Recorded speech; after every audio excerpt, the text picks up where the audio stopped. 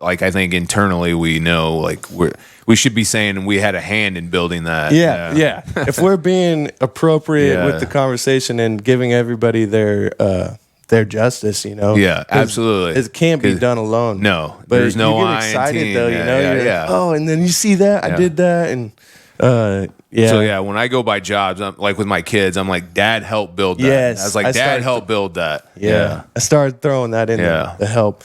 You know what I mean? So it's that's kind of how I do it. There's no, like you said, it wasn't Dad built that. It's that Dad helped build that. You know what I mean? Dad worked on that or whatever. And it's you know, it's cool to be. It's much more rewarding when you didn't, because I've done a lot of work where I built trailers or whatever, and I did it by myself. And maybe obviously when something's heavy, you're gonna need a hand. Yeah. But it was like that was my project. I designed. I printed it. I did it. Yep. And it's not as rewarding than it is doing it with the team. Oh, absolutely. Yeah, the team. It's interesting too. You don't like.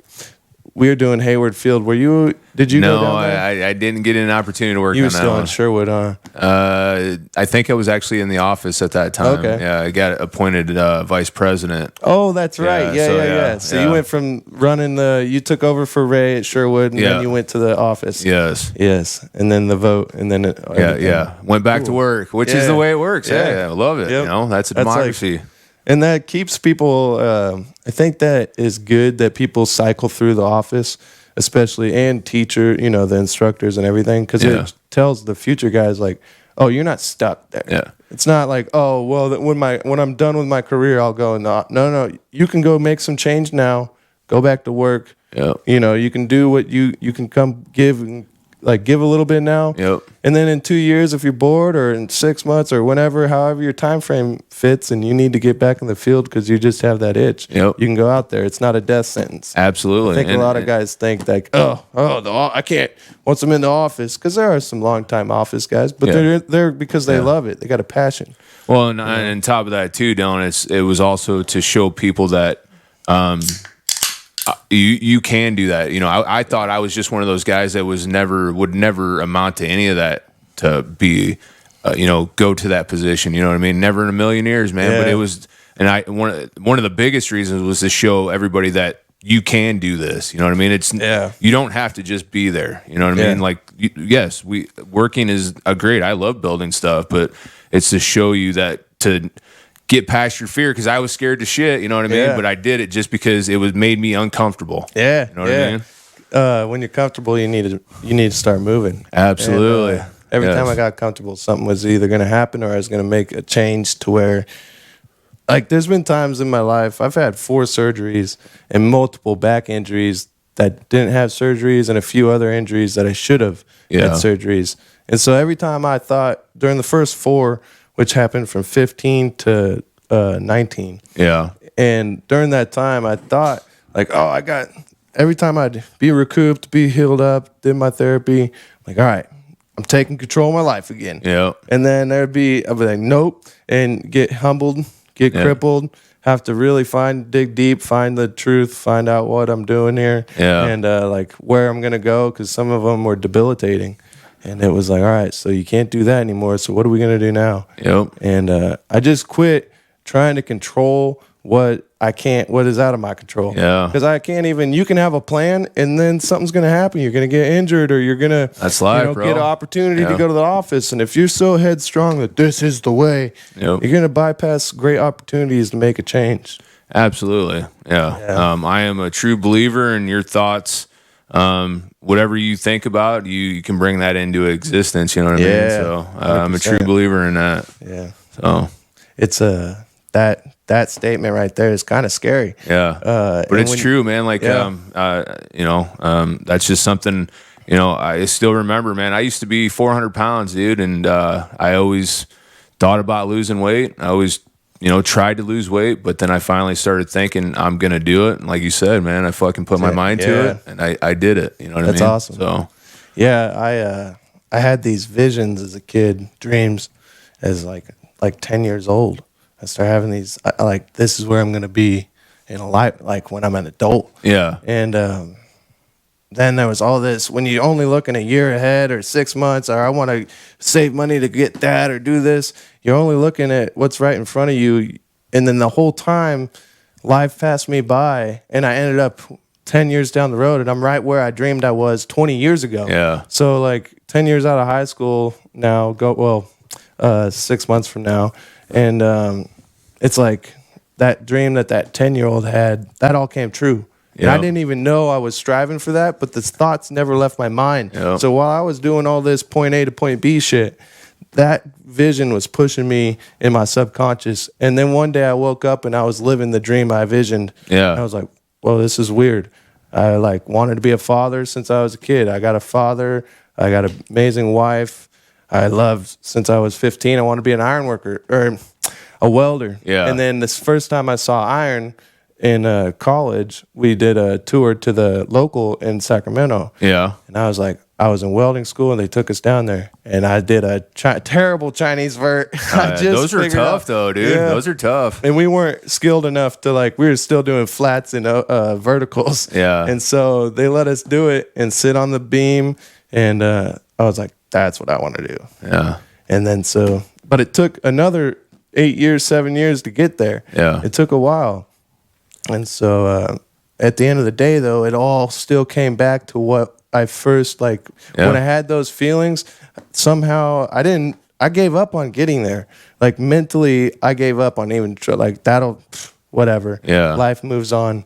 And then somehow I still ended up back there. Yeah. And I was like, that's a trip. Yeah, That really let me, that's why I say it's kind of scary, because you cannot even if you say that you think you're a piece of shit one day, and that could haunt you without even knowing it. You spoke that to existence, and now that energy is following you until you can get a hold of it and regain that. You know what I mean? Yeah, you got to change that paradigm in your head, and it's funny. Dude. It's I totally believe in that, man. I've become a lot more conscious of the things that I actually speak into existence. Exactly, because that's how it comes to be. Yeah. You know what I mean? You speak it. Now it's out there. Yeah, you know what I mean. And you have a family. It seems when you put that out there when you're alone, it's there could be consequences on others. Now, if I say some BS and some shit that I shouldn't have said, even if it's pointed to me or whatever, or just about life or the job or the way I look at the world, I got a daughter now that's gonna take that in. My wife, she doesn't need that, and there's okay, it's not just me and my dog. That will actually affect others now. Absolutely. And I mean, I have a daughter as well, man, and I'll be the first one to admit that I probably haven't spoke the best about females when I was younger, before I had kids and stuff. You know what I mean? But I truly, as I speak of that, now I obviously have a daughter, and I'm aware of make sure that I'm aware of what I say. You know what I mean? So and it makes you aware of what others are saying around you. Absolutely. You're I didn't even realize this was you're a switch. There's a switch. You start paying attention. Yeah. Well, we've been rolling. Yeah. But let's no worries, this. brother. This is Brother Ironworker and longtime vet of the trade, Paul Diaz. He is an organizer out of Local 29. How long have you been in? So I've been in a little over 17 years. Got in at the tail end of 05. Just kind of was looking for a better opportunity. I was doing warehouse work, that kind of stuff, and my first wife had gotten pregnant, and I just realized I needed a better opportunity. And so I went to the employment department, and they said, have you ever thought about a trade? And they brought up ironworkers. Oh, really? And I mean, they brought up the assortment of things, all the trades, but for some reason, like we were just talking about, man, I had heard ironworker as a kid. My buddy's dad was an ironworker, so that always stuck in. The seed had been planted already. Yeah. And so I went that way. But yeah, that's man, cool. I love it. Right on. Good. That's a long time. That's 17 years. That's really cool. And I remember those days, man, in the apprenticeship where man, I ain't never going to get there. But man, it's funny how I'm becoming the old guy now, right? You know what I mean? Yep. And that's weird. So that's cool. Yeah. How old were you when you got in? 25, man. Okay, so still I was young. I was still pretty young, and I wished I would have got in earlier, but that's just the way the cards rolled. But man, I think I was 23. Yeah, it's just I think you don't really understand until you get older. Some people out of high school do understand it, but a lot of us, I don't think we do. Yeah, and you got to take some hits. You know, Yes, you gotta go like, experience okay, things. Yeah. Like, because I had the idea, like, I went to college when I was in high school for welding to do my prerequisites, so I didn't have to there was a 2-year wait list for the welding program. And to this day, I will attest that place produces the best welders in the country. Yeah. Like, hands down, across the board. Some of my people I graduated are they're superintendents for general contractors of pipe outfits and shit. Yeah. Like, they're running big time work. They say the same thing. Man, it's hard to find good welders. I don't know what Butte did to us, but they sure put out. It's like the Marines. They explained it to us like, you're in the Marines of welding schools. We're going to put you to a standard so high that when you go in the field, it's like walking on grass. Yes. I mean, we do that, and this local takes that same mindset. Yeah. And there's other locals I've been to, 808s, where I got in. They did not. It wasn't quite like that. It was, and I didn't go through their program, but just the way their facility, you couldn't run 2 welders at once. Yeah. Like, they were shorting out in the middle of your test coop on your wire sticks because just all the power broke. And it's like, okay. There's a lot, and the people that are in positions here to make changes, Kevin Crocker, he doesn't care if it hurts him. He's going to do what he thinks is right for the betterment of our organization. And I know that he takes a lot of flack for that, especially from us. I really have a lot of respect for him and what he's doing, but there's a lot of people that maybe they're just trying to get away with things anyways. Yeah. But, it's just like we were talking about, man. Kevin has a vision that he wants to take the apprenticeship, and he's trying to attain that. Yeah. And like you're right. I've worked around, the West Coast and Hawaii and things like that, and Local 29 has a reputation of producing some amazing ironworkers, man. And I'm very proud to be a part of Local 29 and just being an ironworker in general. You know what I mean? Yep. Everybody thinks of us highly, so that's always good to hear.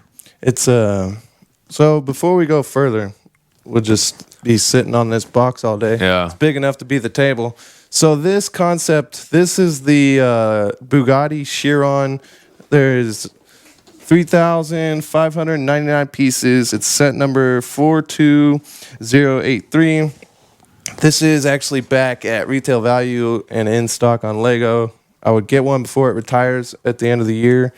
And I've actually gone through and took a look at it. The inside is usually they do a great job of making it. It's a whole experience unboxing these and doing this.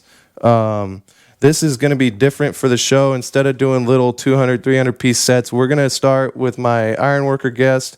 Just like we would build a building together, we're going to build this massive behemoth of a vehicle and follow this. I'll have an own playlist for these guests, and it will be its own series. It'll be the Bugatti series, or the Bugatti, maybe we'll call it the Bugatti Chronicles. Nice. It'll be all the stories we talk about while we build this. And what I want to do is take each person, sign that page that we end on, and then have all these signatures in this book. And at the end, maybe sell it for charity or something in a couple of years when it's really doubled in value. Because they're guaranteed 100% return. Not guaranteed, but guaranteed 50%. Almost all sets do 100 over time. Yeah. So it'll be really cool. I'm excited. I mean, my older kids, I remember doing nothing like this, but just the other ones, but like a smaller set, man. I used to love it. Just it's awesome to do. I get focused on it, you know what I mean?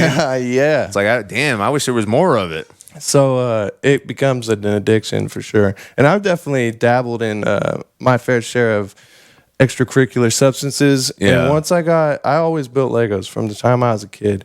And once I got back into Legos, it took that addiction from like blowing money on things that have no value to like, if I buy this fucking bag of cocaine over here, that's 2 days of fun, or this thing that I can like, this over here is like not gonna fuck me up, not gonna do like doesn't want me. You ain't gonna feel like shit. Yeah, and I'm not gonna get that fucking chase to like keep wanting to do like, oh man, now I gotta find it's just it's dangerous, especially today with the fentanyl epidemic, and it's just like that is not doing anything good. You're gonna get fucked up. You do something stupid at work. Your system's all diluted.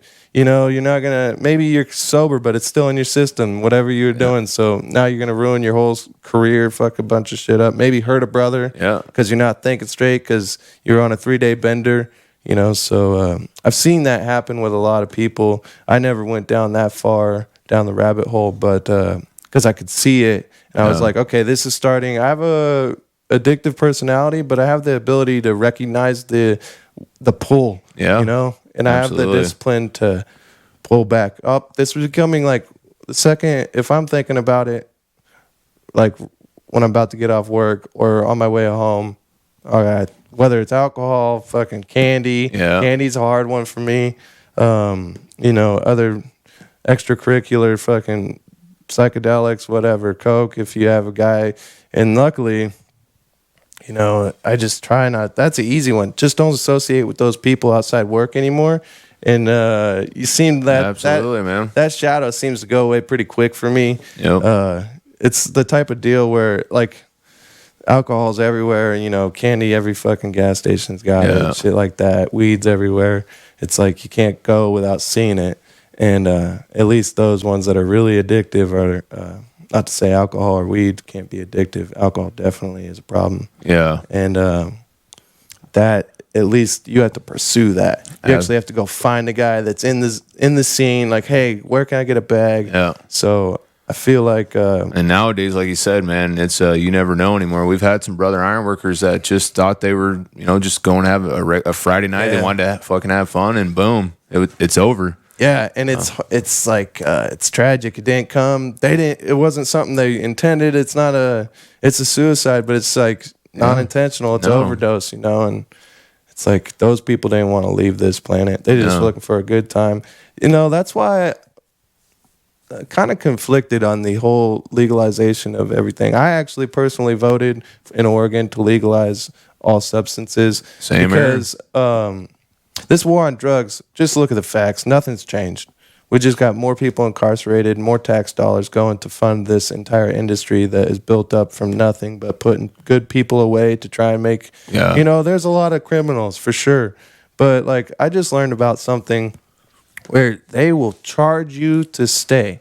You get billed, and at the end of your sentence, you actually have a debt that you owe the state. And well, there's actual prisons that are privately funded, so they want you there, so they get rich. This is true. You know what I mean? It's egregious. That's an egregious. That's fucked up, dude. In its own thing. But what's really egregious is the fact that publicly funded prisons, state taxpayers' prisons, that we don't know this is happening. I just happened to find an essay written by somebody and an article, and it was. I was like, there's no way. They'll be charging them upwards to $150 a day for a 10-year stint. You come out, so you went in the pen selling drugs, trying to keep the lights on or whatever, which most people aren't trying to have the flashy life. They're just trying to eat. I've sold weed when I had to just eat. It wasn't for nothing but survival. The second I got in the union, guess what? I never even thought about selling anything. I was provided for. So that... And then you bring them back into the world with a huge bill of debt when that was the reason they went in. They didn't go in because they're selling drugs. They went in because they were looking for a way to make $1 so they could eat. And now you put them right back there, and you wonder why they're repeat offenders. Like, what? That's how fucked up our world is, man. It could be that fucked up. You know what I mean? It's a real problem. I was very disturbed by that. I share in your addiction issues, man. I was born and raised in Chicago, and really? I had to, and I moved out here in 2003, man, because I had my addiction issues. I don't tell a lot of people that, but I've been trying to be more vulnerable, I guess, with letting people know my backstory, because, you know, I think we all have that story, and addiction is huge in construction. And I'm finding out more and more. But having that addiction, dude, you know, the people I hung out with, like you said, and nothing bad against them, but they had the same issues I did. But I just realized, dude, if I don't get away, I'm going to be dead. You know what I mean? Yes. And so I moved as far away as I could possibly go. There was definitely a time where I didn't know I didn't think I was going to make it past 25. Yeah. Like you just start running that race and you're like, oh, I don't know how far this is going to go. And, you know, it takes a certain kind of person to see that. Yeah. Like you go, well, I did it. Why can't anybody can? Yeah. But it's not that easy. not that anybody can. No. And it's like I wonder what, like, and it's different for everyone. What makes that switch turn? But it's like I just was. If there was a way to get people to change, that would be the one thing I would attack. How can we get people to get to the mindset that I was so desperate I had to get out? Yeah. Like I got to the point where it was like there's two paths. One is not going to last very long. Yep. And how do you get to the one that's the grass keeps growing? And I don't know. And you see these people that fall that maybe they didn't actually die, hopefully, but just fell far. Yeah. And every time something bad happened, they just keep falling and they can't get out, and you're trying to help and they just keep falling. Yeah. And it's like well, I mean, it's we did a podcast for Local 29, just so I did one the other day with an iron worker out of Local 7. He's actually the district council president of New England, and him and his friend, who is a union carpenter, and he's actually the director of operations for the third largest glass company in the United States. So they hire iron workers. And so they talked about, Sean Neely, he's the district council president, talked about his addiction. Said he tied his boots that morning and went to work and didn't realize and didn't think he'd ever be an addict, but he got hurt, and he was prescribed Oxycontin. But one of the things that really stood out to me, and a lot of people will hear this when it comes out, but one of the things he said that really resonated with me is like, you have to want to be sober as bad as you want to breathe. That's the only way. You know what I mean? You have to find that. You know what I mean? And not everybody can find that. So I've heard that. I think. Have you ever heard? That's interesting. I've heard that exact phrase. Eric Church or Eric Thomas. Eric Thomas, a motivational speaker. Yep. I love he that said guy. that Yeah. you got to want it as bad. That guy got me through a lot of shit. Yeah. That guy got me through a bunch of times. So he's one of my. I would say he's a mentor of mine. I don't know him personally, but I do listen to him. I listen to Tony Robbins. I listen to a lot of those people. David Goggins. You know what I mean? A lot of people don't like that because you know what I mean. It's he'll call you out, or he just calls you out, and it makes you look at yourself internally. You know what I mean? To like just push through something. Like there's those days where I don't want to fucking do shit. I don't want to work out. But I know if I put something on, like on TikTok or Instagram, and of something motivational, right, or go to his page, he will say something. I will get my lazy ass up and get out here in the gym. You know what I mean? I just know it's gonna make me feel better. But I still can't get my ass motivated to do it. Yeah, and especially it's like the whole thing with being accepting of people that are obese. Like the whole woman, having the woman on the Sports Illustrated cover and stuff. And they never sold. All the other ones sold, but and there was like a whole thing about like, people were mad that people weren't buying them. No one wants to see. It's not motivating. Yeah. It's not aspiring. They don't buy that to like. It's a sad thing, but fat shaming works. It does, man. And if it doesn't work, you're not being shamed. And like, there's I've never met someone that was overweight that didn't. They felt ashamed of themselves, and it took people.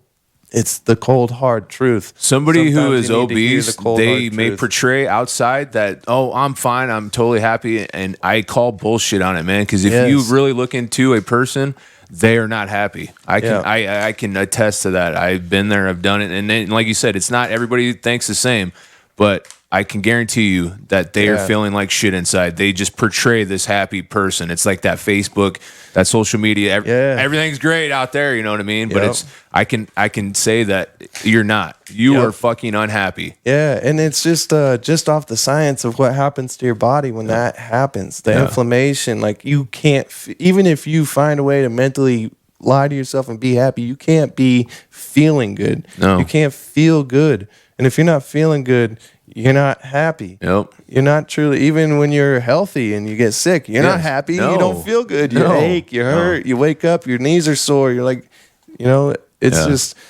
and it's sad because that's another situation, whether it's an environmental situation or a personal people mental eat, environment. I used Like, to eat because I was I had shit going on, and that was my way of making me coping. feel better. Yeah. Yep. It's funny that, like, Dylan, so I went back to Chicago a few months ago for one of my uncle's passings, and, you know, kind of we always go through pictures and shit, you know what I mean? And I found a picture of me when I was 14 years old. I was probably already weighing 300 plus pounds, man. Wow. It just brought me back, like, man, like you could truly look at that picture and see how unhappy I was. Yeah, and you don't see that when you're in it. No. Yeah. Nope. And it's weird, man. That is, yeah, it's through having this baby, I gained not a lot of weight, but I gained 20 pounds. Yeah. Quick, and my pants didn't fit anymore, and it was just like, either I gotta change. It's kind of where you like notice that pull, and I was just pigging out, stressing. Like there's a baby coming, not really stressed, but just like It's just I was you're gonna be a emotionally dad. eating. I was just there was a lot of emotions, and I got to that point where it was like either I change or my clothes change, and I don't want to. I've been wearing these clothes since I got out of high school. I've been the same waist, so why would I like? This is where it starts. And it scared me because I was like, this is how it starts, and you just. You appease that and you get a bigger size pants, and then next thing you know it happens again in a year, and then you're like, well, you already set the path to just appeasing that. Yeah. And like, it is what it is. You're getting old. No, you can't. Yeah. But the thing too, Dylan, is a lot of people think of it as like you got to do this fucking drastic change, man. Like you got to do 3 hours of cardio a day. You got to do all this shit, dude. And that is the furthest thing from the truth. All you got to do is fucking walk and just, let's just say you drink 4 pops a day, drink 3 a day. Yeah. I guarantee you will start seeing changes, man. I did, you know what I did? I just didn't eat before 9, and I tried not to eat after 8. At least 12 hour fast. Well, there's a lot of things you can do, but that was it though. But and sugar. Yeah. I only ate candy. I have a candy problem. Yeah. Whether it's ice cream or I like sugar. I think everybody can say that, but I like to eat chocolate. So my wife we have a bag of chocolate chips. So I eat chocolate chips every night. Yeah. But I give myself a bowl. Portion. And that's it. But if you just completely cut it out, dude, you're going to go fucking crazy. I will guarantee you will just binge. Yep. And it started off with, okay, every other day I'm not going to have anything. Like if I go to the gas station, every other tank of fuel. Yeah. And when I go in there, if I think about it, I'm not going to get it. Now, if I want to go back, but it's really like, because it's never that, like if I could just get the little gas stations that are just a little hut. Yeah. If I go there, I never get it. So it was like, okay, well, we're just not going to get gas at the mini mart anymore. We're going to just little thing like that. And then, have you ever thought about putting some in your car that you see that you can eat instead of once you get to the fucking gas station? You know what I mean? Exactly. So it's like putting apples and fruit out on the counter. You see that instead of going into the candy fucking jar. Yep. And so, like this right here, I started putting local honey. Yeah. Put honey in there. That's all I do. Oh, yeah. So I never put sugar in my coffee, but that quenches my every day. I know I'm gonna get this. I'm gonna get this sweet tooth in the morning, and honey's good for you. It's not excessive. It's just I have 2 cups of coffee. It's a scoop of honey in each, and then that kind of does it. Yeah. Like sometimes, like last night, I still went and got myself a bag of candy, watching a movie, but it was like that does it. Like I found something that just quenches it enough. Yep. It's like I'm still thirsty, but I'm not gonna die. Like it's not driving my mind crazy. Yeah, coffee. I've tried to quit coffee, man. I can't do it. No. It's just I mean, if it kills me, I'm sorry. That's just my thing, man. I can't. I have to have coffee in the morning. It just gets it makes everything happen. You know what I mean? It's a ritual. It's a morning ritual. I have to have it. So. Fucking getting lost in conversation. Yeah, dude. What do we got going on here? I think we're gonna. Are we just kind of putting? So kind of how I remember. This is a little more. So this is very complex. Yeah, but I'm like kind of looking at this shit. Yep. And I'll let you. What I'll do is I'll try and sort out some pieces. Yeah, absolutely. Keep you supplied. Okay. Just like the hook on man feeds the connector. Absolutely. So the first thing. Did you ever play with Legos or anything when you were younger? Absolutely, but it was just like the They were regular a lot bricks. more- Yeah, it's yeah. the bricks. You know what I mean? Like I think we talked about the other day. I remember, you know, back in the day, McDonald's would have a Lego Happy Meal, and I remember my mom or dad would, you know, that's where I remember playing. Then you just get the bricks and shit. Yep. It's then you just be creative and imaginative with all the bricks you have. There was never, I don't remember anything like this, but there, you know what I mean? We couldn't afford the big shit anyway. Exactly. I actually, that's funny you said that, because there was a set that now looking at it is not very big, but I couldn't afford it. Yeah. And that set I wanted forever. Yeah. And they reproduced it. And I got it, and then I was like, "Oh, it was $100, but that was a lot." Yeah. Back then. Oh, yeah. And Yeah, especially if absolutely. you have to buy it yourself, like I had to work a lot of hours. $10 an hour doesn't, you know, that was a lot of money right there. Yeah. And so, it was just, and then like you might have made that money, but you don't go to work every day. You just got to. I would like go cut a whole field with I'd go weed eat a field. Yeah. And I was like, I could use a mower, but the weed eater, like, this is going to take longer and it'll be better. There's More no fire. hours. Yeah. Yep. That's People being are like, thinking about. What'd you do? I'm like, they asked. So Yeah. I did it. Like that. I saw money. Yeah. All those weeds look like dollars. Yeah, exactly. No, that's I would, you know, I remember, you know, my two older kids, I mean, I used to buy them like those, like the structural or the architectural type sets, you know what I mean? And they were those are expensive, cool. but you know what I mean? But they didn't buy it themselves. So when they were done with it, it was just like, you know, it just gets thrown to now it's in a big bucket upstairs. bin. Yeah. So to your point of the bin, so I was that kid. I was I think you're gonna put that. Oh, you need another one of these. Oh, there we go. And so when I was a kid, I would I was the same way. Like I didn't appreciate it because I wasn't buying it. So what's the funnest thing to do as a kid? Destroy it. Yeah, Right? exactly. Build it and then crash them into each Yeah. other. And so I even remember one time my mom I had a big monster truck thing, and she was like, "Don't take that outside." Of course I took it outside. Yeah, She's like, "You exactly. break it in, you know, in the dirt." And of course. Yeah. And I never built it again because it got destroyed. Yeah. But then I put all those, so I had bins, and every winter, like when it was so stormy or the power went out or something, my dad, my uncle, and our neighbor would come over, and grown-ass men, and we'd all dump these out, and everybody built something different. My dad built semi-trucks and trailers. And then my Uncle Reggie, he built tanks. Oh, nice. And then the other guy was a Japanese guy, and he built McDonald's. Nice. So I'm guessing during the time that he was a kid, McDonald's came to Japan. Yeah. Like, you know? Yeah. And it was like, okay, because you just built things. You had Yeah. blocks. So that was like what they had mastered when they were kids, Yeah. and that's what they liked. And then as men, they still building the You go same right thing. back to it. Yeah, Man. it was It's like so you never cool. forget. And then you knew that was going to be 2 days of fun, and we dumped thousands of just dumped the whole Rubbermaid out. Yeah. And then it was cool. No, that's a good idea too. I should, you know, because like I said, we have a big bin upstairs Yeah. of just pieces. I mean, it's all And we get a lot of days, Yeah. rainy days out here. exactly. So Yeah, that's a good idea. that's why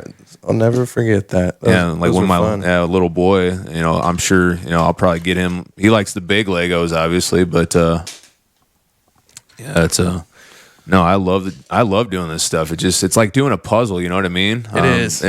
But this is more obviously dynamic than just like, you know what I mean? I would rather do this. I'm just not much of a puzzle guy, but it gets your mind working, and you know, it's like construction, like you said, man. This is blueprints. This teaches you how to read blueprints. It does. How to build shit. And until I actually became an iron worker, I never really, these will go on this side. Okay. I think that's the right, might be longer ones.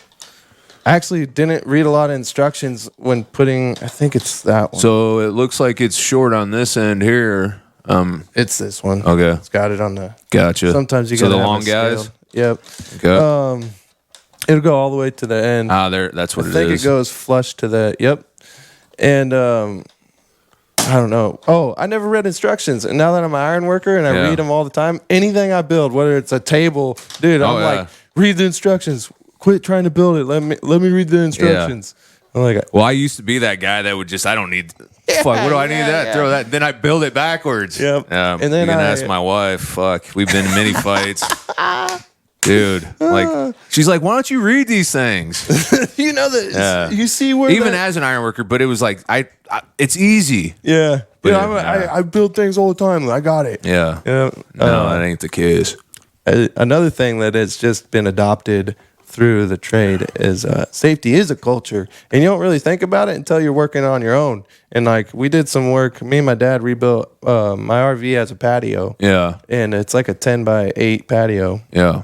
Heavy, and it wasn't that heavy when it had foam. That's why. So the water, it was a bad design, but we refilled it and like built one out of plywood. Yeah. And but breaking it down, it has springs that hold it to help you like put it back. Yeah. And we have it laid down. We have sawhorses under it, but they're a good 1.5 foot drop. So it is going to drop. And he's under there, and there's like 3 brackets left, and I can feel it. I'm standing on it. It's moving. I'm just got my foot on it. And I'm like, dude, you got to get out of there. He's like, no. And I'm like, no, like, you got to get out of there. Like, this thing's going to go. Like, you know, it might rip that last one out. Like, and I'm thinking, like, this is a pinch point. You're going to get crushed. Like, I don't care if there's safety. Like, you could get in a bad spot. Yeah. And he's not even thinking. And I'm like, this is stressing me out watching you work right now. Yeah. And I'm glad you brought that up, Dylan, because I mean, I've had many friends that have gotten seriously injured and even killed on the job. You know what I mean? And you know, nowadays, and I'm not talking shit about any ironworkers, but you know, they still promote that wildcat shit. You know what I mean? Like you gotta rebel against being safe. You know what I mean? And I get it. You know, I was never an old time ironworker. I talked to these old time ironworkers that were working in the 50s and 60s when there was no such thing as safety. You had to be a good ironworker. You had to be have the agility. You had to have all that to be an ironworker, or you would be dead. Right. But you were a real athlete. But nowadays, we're not like that. Safety is our culture. Until you actually have somebody who you've seen die on the job, then that maybe resonate with you a little bit more. But there's nothing wrong with being safe. I don't understand it. People can talk shit to me. You can come to my face and talk shit to you, but I can guarantee you, I can prove you wrong that safety does work. Yes. And doesn't matter how much time you saved on that whole job. You could have saved months. You have one injury. I think that'll be the other side. So this one goes here. Gotcha. Okay. Goes to the other side. It's you. What was What was I saying? We were talking by your dad in a so we're talking about safety. But yeah. And, these old timers. Yes. So I got organized. And I worked non-union, and you came from a warehouse and stuff. But I was doing iron. The only thing I've ever done since I graduated was iron work. I actually never made a check off anything but iron work. Yeah. The first company, we would build it in the shop, fabricate, and then we'd go in the field and install. It was a shutdown, almond holers. So during the 7 months you're not in the field, then shutdown season comes in the summer. Yeah. You go put it in. We're walking up painted tube steel diagonal brace with silt, almond dust silt. Oh yeah, and slicker and shit. I bet. Just running up it to catch the piece that's over your head with a forklift that probably should have been rigged with a crane. And crazy tandem picks, getting through a shop door with 2 forklifts and a 10,000-pound shaker. Yeah, and it's like I got scared to death more than once, and I grew up riding bulls, growing up this type, just the wild lifestyle, cowboy lifestyle, and so I was used to it. Yeah. So I didn't realize I was living my entire life just on edge. Yeah, I was just fucking throttled. Well, you think it's never gonna happen to you? Yeah, and I was just throttled. Like I was always like I didn't even realize that I was like that until I wasn't like that. But when you're around animals that want to kill you your whole life, and you're always told you got to go get this bull out of there, but be careful because they're gonna hit you, and you need to have an exit plan at all times. And you don't realize you've been trained to go to war every day, and you're expecting that you could potentially die with one fall, one misstep. You're in the mud. I've been hit. I've been flipped over panels and flung over gates, and you experience these things. Like when you see a bull at a rodeo, I already put 20 hours on his back. I've had him in the chute and just sitting on him, just getting him used to legs. That bull, that wild bull, is broke. We broke him.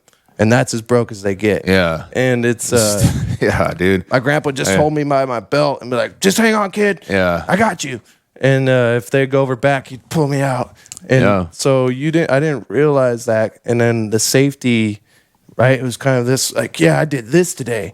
And I already had that mindset from doing the rodeo crazy cowboy shit. And I didn't realize that was crazy till I started telling people that weren't in that culture and didn't do that kind of stuff. And they look at me like, what?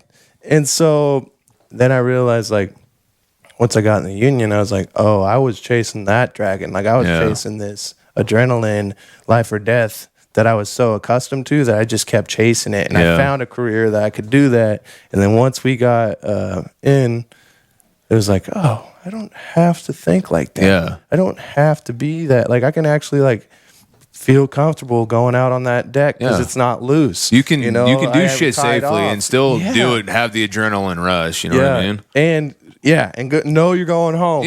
Know you got, know you're going home. I mean, that's one of the things that we're taught, man. I mean, you're always taught to always make sure you have an out. You know what I mean? Not to be on the Oklahoma side or whatever side you call it. You know what I mean? I mean, there's just shit that's just common sense you should know. You know what I mean? Because if shit goes wrong, it doesn't matter what safety procedures, shit can always go wrong. You know what I mean? So you always have to have, like, when I was connecting, I always made sure that I always knew that I could step here, I could step there. I had that in the back of my mind. You know what I mean? It's or decking. If you're decking is everybody thinks decking is the most dangerous job we do, hands down. And I will argue that to the day I die. Nobody can tell me that it's more there's something more dangerous than that. There's not. It's hard work. You're always in the blind. You don't know what's under you. You don't know what's going to happen. That deck could slide. It could do whatever. And if you don't know who put it in, you don't know. Like even if you do know him, like I never trust. I don't trust. No, you especially have to, if it's leading edge. I don't trust. No, you have to be a cut. So let me give you an example. So when I was decking, I was on a job and somebody had done safety, and so I was working with an apprentice, and we were told the safety rails was good. We had aircraft cable. That's what we usually put as a safety rail around the building. We put our yo-yo on that. We tied off to it. And so when the apprentice that I was working with was, he went down to like get a measurement. He came back up and he grabbed onto the safety post. What do you think happened? It fucking broke. Yeah. Because the person fucking welding it didn't do a good enough job. I've been on, unfortunately more than once where you grab one and it's only welded on one side and not the right side. So as a seasoned journeyman, that's what I know to go that. I'm always making sure that if I'm going to grab on something, it's going to be fucking strong. You know what I mean? Yep. So that's just shit you got to look at. We're moving. Yeah, no, so we're building a chassis here, huh?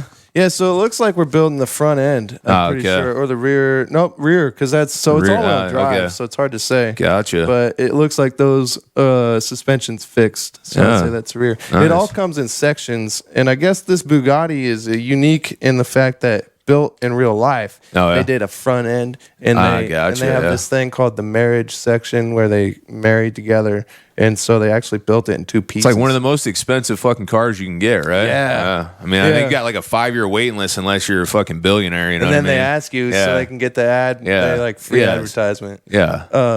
That was a weird thing that Ford did with the Ford GT. Are you familiar with that? I mean, I know what it is, but I don't know if there's So they made a new one. They came out with in 2017, they came out with a newer one. Yeah. And that one was like, you had to sign a 2-year agreement not to resell. Oh, really? For 2 years. Yep. So you got invited to buy it, and then you could not sell it for 2 years. And I think Gronk or somebody tried to sell it. He got some football player got one. I think it was him, and then tried to sell it right away and flip it for double. Yeah. And they sued him. Yeah. They came after him, and then I was like, but the car was selling like 3 times its value. I don't know how you couldn't do that. And then Yeah. I think that one goes in that hole right there. Okay. They'll combine. Flip it. Yeah. There we go. So I had one of the last jobs that knew I needed to change something was actually a decking story. Okay. And that'll be attaches behind that piece. And I'm on a building and they put us in a stairwell. Okay. Empty stairwell. It's 110 feet. Yeah. Empty stairwell all the way down. Then we threw a loose sheet of deck. They threw a loose sheet of deck on top of it. Yeah. And we're roto hammering into CMU wall. So you got rebar in there. And I've ran enough roto hammers. Granted, they're like, vertical, but I've ran enough to know like this could catch. I'm on a leading edge. And you know what we did for tie off? We had a harness because we need to present safety, but throw it over the rebar. Yeah, number 4. Yeah. Just throw it over the bar. I was like, and then you only had 3 inches of, you only had 3 inches of the top that came up through the penetration. Yeah. Or what? So a stub, like a little nub. And then they tie the next one, right? Yeah. So that's what we tied to. We had like a 4-foot loose bar tied to with 2 little wraps, not even a good snap tie, just loose wrap, and tied to that. And then you have a loose deck. So you're sitting there, roto hammering on a leading edge, 110 foot exposed here, 110 exposed here, and a loose sheet of deck with like barely any bearing, like 2 inches, but not enough for you to not 2 feet. Where if it's loose, I'm gonna want a lot. Well, did you ever? What I'm thinking right now is, you ever think about just putting like a safety tack on it, safety weld, so it doesn't shit out on you? It's a CMU wall, so it's on just as a platform. That's what they use. So we threw it on the roof, so it was CMU wall and CMU wall. So there's nothing to weld to. Okay. And I could have thrown a roto hammer and threw an anchor in. Yeah. But that wasn't what we were advised. Like that wasn't allowed. Well, that's So we couldn't do that. So there's no embeds up top. Is that what I got you? No. Okay. Yep. No embeds, nothing. They were actually going to keep building the wall. That's why they had a rod sticking up. And we would have to step from the leading edge to that. So it was a reach. So it would move. So that would shit out. Would shit out pretty easily. That was, I said, I got to go talk to my lawyer. And I made an excuse. And then the next day I went to a job interview and I was done. And then I went and did some ornamental iron work, but that was the last time I was doing big, like high rise iron. And those are the stories I hear about. As an organizer, man, I hear horror stories all the time. So the worst part about this guy, and this is like the icing on the cake. So I get organized a few months later after working for the company I went to after that. Yeah. And we were working inside doing the ornamental structural guys. Hey, is your company hiring? The hall is always hiring. Yes. So then the 3 of us, our little field gang, go to the hall. We test out. Yeah. We're in. I think I turn that down. It'll stay on. The guy's picture is on the fucking wall. Really? So he journeyed out with the business manager, and he just almost killed me. And he journeyed out with the business manager. So he's running big non-union outfit. Yeah. So he's just fucking. He's a rat. Well, yeah, he's a rat. So, but he turned from the Brotherhood. Yeah, but isn't it like what I've heard down there? I mean, I don't know if it's like I've heard it in like Texas, and like if there's no union work, they'll go work fucking rat. I mean, is that how it worked in Florida as well? So I'm sure that's how it worked. And did you guys fucking call him out? I mean, well, so I had already left that guy. So this was like the connection happened months later. Gotcha. And it was just he was using the temp agencies, getting hands off of there. And then I see him in the hall. I didn't even know Orlando had a hall. They had zero advertising, zero organizers.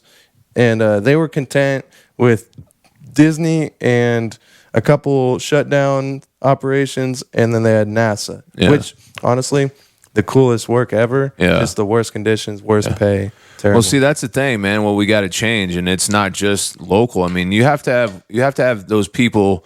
You have to put people in those positions that want to make change and grow your membership, right? And really do care about the brotherhood and the standards, the Ironworker standard of excellence, right? So if that happened to you, say you're I mean, you have a lot more insight too, being in the office. But if that's to happen, and you know they because I told them, and I'm sure they already knew, they can't be ignorant to the fact that one of their brothers turned their backs to them and is running his own work and stealing his work under a temp agency's banner. You know, he's got his own company. He's just doing the same thing you're doing, but using a temp agency. Like, how does that? How does a local union allow that to happen? Like, how would that even get away? Like, how did that guy not get sued to the point where he was shut down? Like, I mean, how do we protect ourselves? Like, what's in there? So, like, I mean, we all know that when we do sign up for the apprenticeship, we sign a contract saying that we're not going to work non-union for 10 years or whatever it may be, because you're held liable for that apprenticeship money. It's basically going to college. You know what I mean? So is that the only binding? Yeah, pretty much. And or you can if they do have an organizer or they have business agents, you're finding penalties. You're like bird dogging the shit out of them, trying to fucking, hey, you want to do it this way? We're gonna fucking bird dog it, and we're gonna fucking. So you would get them. There's ways of doing it. I'm not.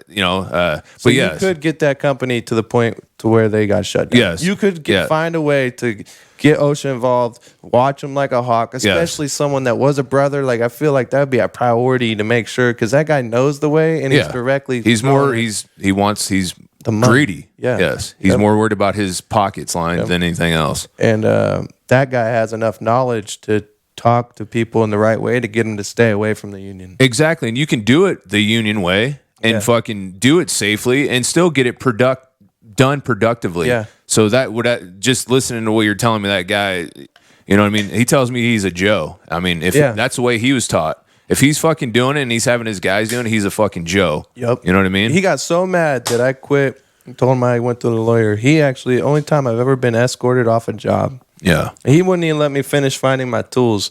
And I was like, wow, it feels, and like, I'm like, I just don't understand. And then I saw his picture in there. I was like, wow, I can't believe. Yeah, or you could, you bring charges up, but it goes back to the leadership of the fucking hall. You know what I mean? Yeah. So, I think everybody knows, and if you don't know, so you have a local union, right? Mm-hmm. And so the local union is held accountable to the district council. So if you feel like you are not getting the answers you need at the local level, you go to the district council. So you can do that. Yes. We all pay for that. Okay. That is what we fund. And so if you feel like you don't get those answers, what's after the district council? The international. Yeah. That's how it works. You know what I mean? But you have to, there's a chain of command, and you start with your business agent, and then you go, if you feel like your business agent isn't doing what they should be doing, go to the business manager. So and so on and so far. It works the same way that the judicial system does. Yes. Go to city council meeting. Yes. You're not getting situations. Send a letter to the governor. Yeah. You can't get that. Talk to your congressmen, your representatives. Yeah, I mean, that's a lot of people need to understand. I mean, we try to get people. We're trying so hard to get people more involved in what we do. You know what I mean? Mm-hmm. But if you don't ask questions, man, how do you know? You know what I mean? You don't know. Yeah. You know what I mean? That's the problem. That's why there's so many things. I mean, hold that. Am I doing? So we're going to start with these two. Okay. And then they'll go. Yeah. So they go opposite caddy corner, and then the 4 will go on after that. Yeah. I definitely, and I don't know. I didn't. It was Chris Jordan, Eric Bork, and Jason Fussell. Yeah. And then Chance Payne as well. And those 4 people, and Zach helped, but those 4 people, the first 4, they really talked me into, and I was resistant for sure, especially coming from Florida where no one, it was so prejudice against organized people. And I was like, I'm buying my book. Like, I'm already a top welder out here. I was a top welder out there. You guys already, talking shit. I'm not going to get shit talked for 4 years. Like, I'm already going to get it. Let me just buy my book. You already think poorly of me. Why do I care what the fuck you think? I'm not going to lose money over, these people aren't going to change their mind. And that's not true here. That was true there. Yeah. That's not true here. And that's the fucking shit we got to change, dude. And it took 4 people, and I would get in arguments. Yeah. Like Eric and I would get in arguments, but he never fucking quit. Because I did have skills that would benefit the local. Yeah. And so he saw that, and I wasn't like, fuck you. It was just like, I'm not seeing what you're seeing. And he kept persistently, he organized me. Because I came through, I applied, got to keep my book number, but I applied, I transferred in, I swore in here because they put in the time, even though this shithead fucking kid is just saying to fuck off pretty much. But over the 9 months we were on that job, and it kept chipping at me, and I'm already in the union, right? And I'm already there, like, and he's chipping, and he's like, dude, don't worry, just fucking do it. And one of the things that got me was, you think you want to make a change, you're gonna need to be a book holding, no marks. Like, if you want to get votes, you got to go through the apprenticeship. No, as an organizer, I encourage every person that I organized to go through the apprenticeship. But there are those certain few there's definitely that have that can perform at a journeyman level right off the bat. I mean, you have to have space for that type of person. There's definitely a lot. Especially so with me, I definitely could have bought my book. Jason offered it. It was available. I had enough skills, not full scope of JIW, but I had enough to be a JIW and stay working as a welder, miscellaneous guy. I could have stayed busy.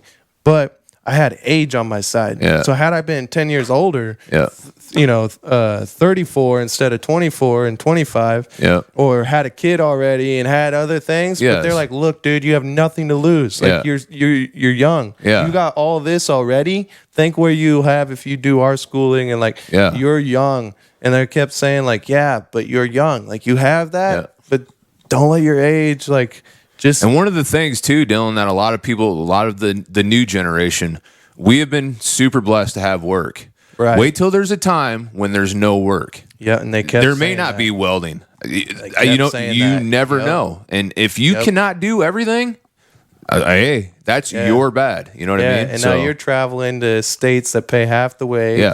Just keep a call that he said, do you want to work your whole career? And that's one of the things that stuck. And I was like, and I love learning. I'm not an arrogant type, there's nothing to learn. And so that helped too, because there was a lot. They just kept saying like, look, we're learning every day. And we went through, and right away, first year of school, just the history of the union. You don't get that unless you go through. And obviously the 4th year advanced compact 1 month, they do all of it. So they even. But there's that you have to be that certain person to do that. And there's more to rigging. Let's just say, there's more to rigging than just putting a fucking choker on a beam, dude. There's more to that. The understanding of what is above you has to have the ability to pick below. You know what I mean? Having that concept, you know what I mean? Or figuring things out. You have to, angles, sling angles, your bridles. There's all kinds of shit that you learn in the apprenticeship. There may be a journeyman, but I can almost guarantee you a non-union person does not understand that. I've ran work non-union. I had no fucking idea. Oh, just put a choker on it. It'll be fucking good. That's not how it fucking works. That's how people get killed. And even now, being in the trade, and I've never been on a hook-on gang or a raising gang, but I've flown a lot of iron, miscellaneous and stuff. And even Dennis was like, this is trade practice. This is wrong. 120 years of doing it wrong. The choke, the bite. That's sling tension. And we never calculate, and we're, hit it with your bar on the or bite, put your foot on it and get that rendered to as tight as possible. And we're busting out our formula right there. The second we do that, we bust our whole calculations and we're under overweight. I was like, or another thing too is when you put a shackle on, the way I was taught is you tighten it and back it off a quarter turn. That's wrong. You don't back it off. He goes, it was designed to have that friction to hold that point, and the second you have a 16th slap, you start the contortion. And you know the reason why that started, right? I mean, it's for like a connector, somebody up in the fucking air, so they can get it quick, boom. You know what I mean? Yes, it's all about quick. It's whoever has that hook the least amount of time wins. You know what I mean? I'm racing against the hook on guy. I want to get this iron fucking put away. And so I have a longer break. I'm gonna watch you motherfuckers work. You know what I mean? That's how it is. That's cool. So since you've been in 17 years, what are like 3 of your most memorable? It could be, well, I'll break it down. Do like 3 jobs and why they mean so much to you. And then like 3 moments that have nothing to do with the job, but just the trade itself. Top 3. First, like I'll just go to the first one. The most memorable job that I've ever done is the Park Avenue West Tower in Portland, 34-story for REFA. It's probably been 6 years now.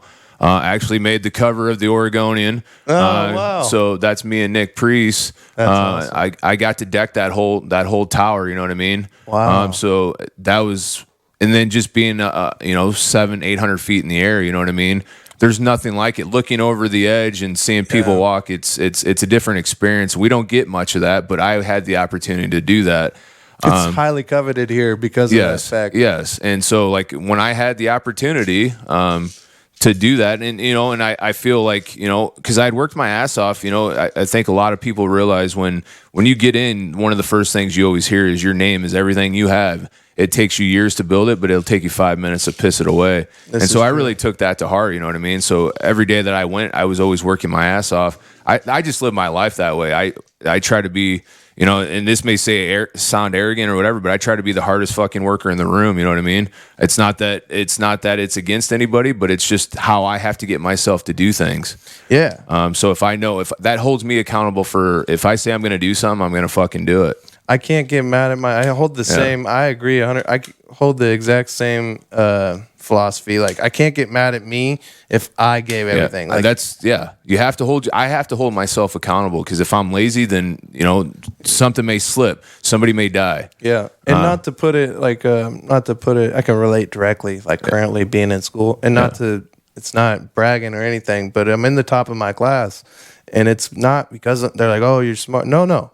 Yeah. Granted, I probably have a little more experience in the game with just years, but I'm not smart. I just an average kid that with average grades. I got like a B average, and then started slacking off when I got older. Yeah. And I didn't even finish my welding program because I failed the weld that I'm actually best at now. Yeah. And if you failed one, you fail. It's like the rigging. Like you fail one question, you failed.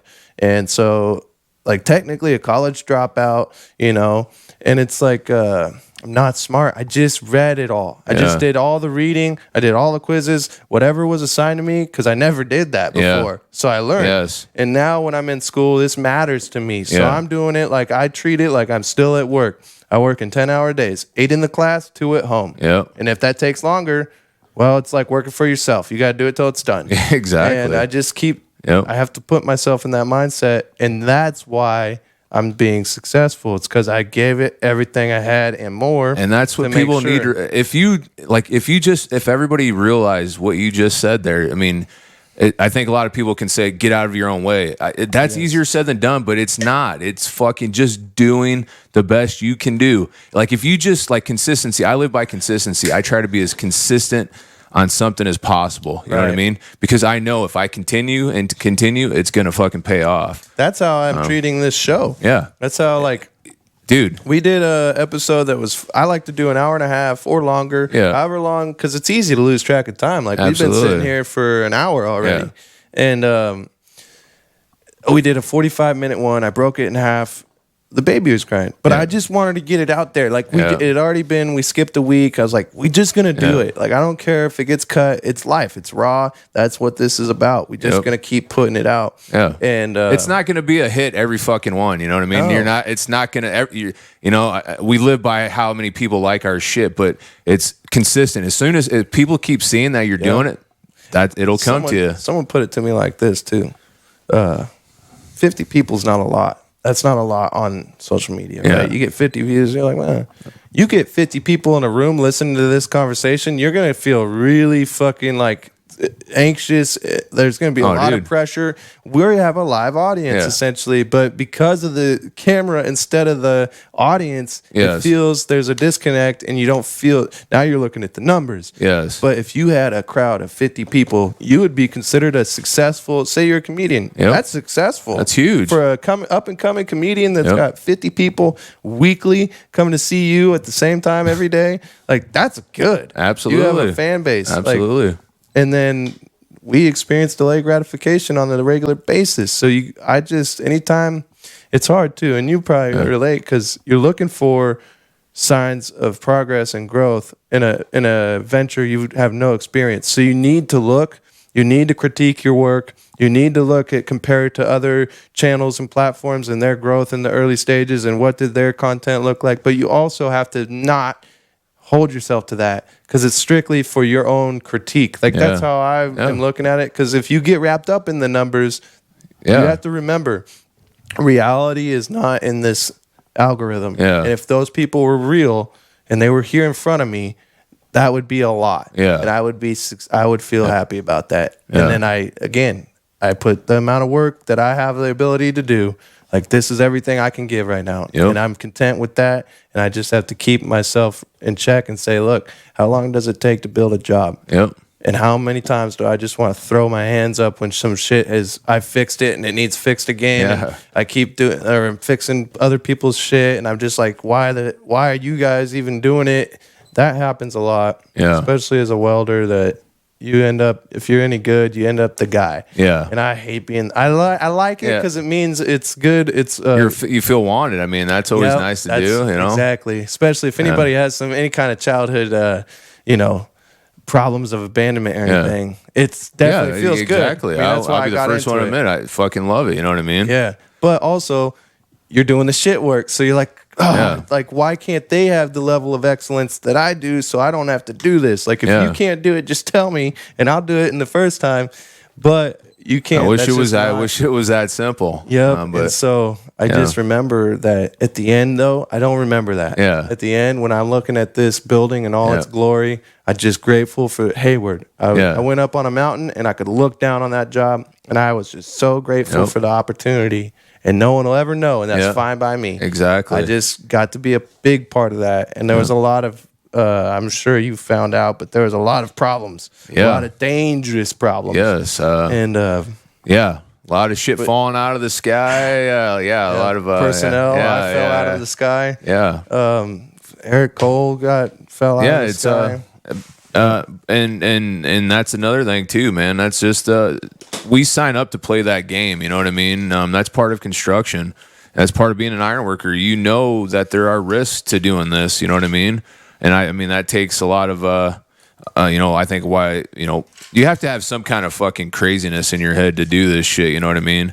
It's not all easy, and you kind of and to get back to like one of my jobs or whatever. So like my first rod job, I busting rods. I didn't even know what fucking rebar was, man. I was sent to Springfield or Sacred Heart Hospital in Springfield, Oregon. And a lot of people talk shit about rods, but that's where I learned to fucking be a worker, man. I built my work ethic there. I was there for over 6 months, doing rebar, building columns, building slab on grade, and that's where I learned to be a fucking iron worker. You know what I mean? I get tired of like these young kids that rebars. It's not hard. It's where you fucking learn to work, man.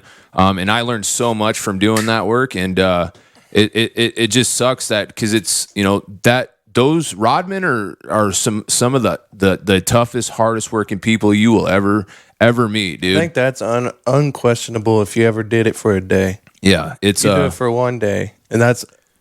I have the most but respect. it's actually cool work though. That thing is everybody looks. I think a majority like what I hear like, oh, do I got to go do it? Why? Yeah, go do rods. It's great work.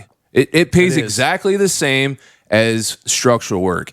But everybody thinks that structural work you're not work. I mean, everybody wants to do it because you're not working as hard. It's not go. But it's great work and like to see something you actually touch every single piece. You know what I mean? And you tie a lot. Like I tied. It's not hard work, man. I mean, it is hard work, but it's not. It's a cool job. Why not do it? Well, working out's hard too. When you start, right? Yes. And then everything's fucking hard, man. Oh, dude, if I don't weld for 6 months and I go to do a fucking overhead or something, and I'm upside down or I'm hanging sideways, I'm like shaking. I'm like, God damn, this sucks. Or my hands are tired because I haven't held the trigger like that, and everything's fatiguing. Yeah. Just carry your belt. Go from the office. Your first week of carrying your fucking belt is gonna be like, God damn, fucking ass is sore. Yeah. And then, it's all relative, but there's got to be, I mean, literally for this local specifically, they are the backbone of this local. Yes. And I wish people would start thinking of rods as it's a great job. It's not it's not something to be fucking scared to go do. You know what I mean? I think from my side, because I still being an apprentice, and I hear everything you're saying. I actually personally hear that from all the. Do I need more of those little nubbins there? I think so. Okay. How many more you need? 2. Yeah, there you go. Yeah. You're totally right. That is what's said. But I think I know why. It's the conditions aren't held up to the same standard that they are. But how do we change conditions? By holding people to it. Yep. By standing up and fucking saying something and sticking together. Yeah. If you're not getting a fucking break, all of you standing together, like Shane said the other night, if all the rodmen on a job say, we're not doing it, what do you think they're going to fucking do? Exactly. Yep. And it's like, but how do you get them to change? I tried to talk to Dennis about this, but class, we got to stay productive, but it's like, I read the Constitution. I'm pretty diligent about. My mom always said, "Fuck you until I see it in writing." Yep. Not in those words, but that was. Yeah. Oh, this is wrong. Well, where is it? Is it posted? Where is it in writing? Well, then I guess I'm not wrong. Exactly. And so writing is law. Yeah. And once it's printed, that's what the problem is. Total side tangent, but that's what creates so many issues on Twitter.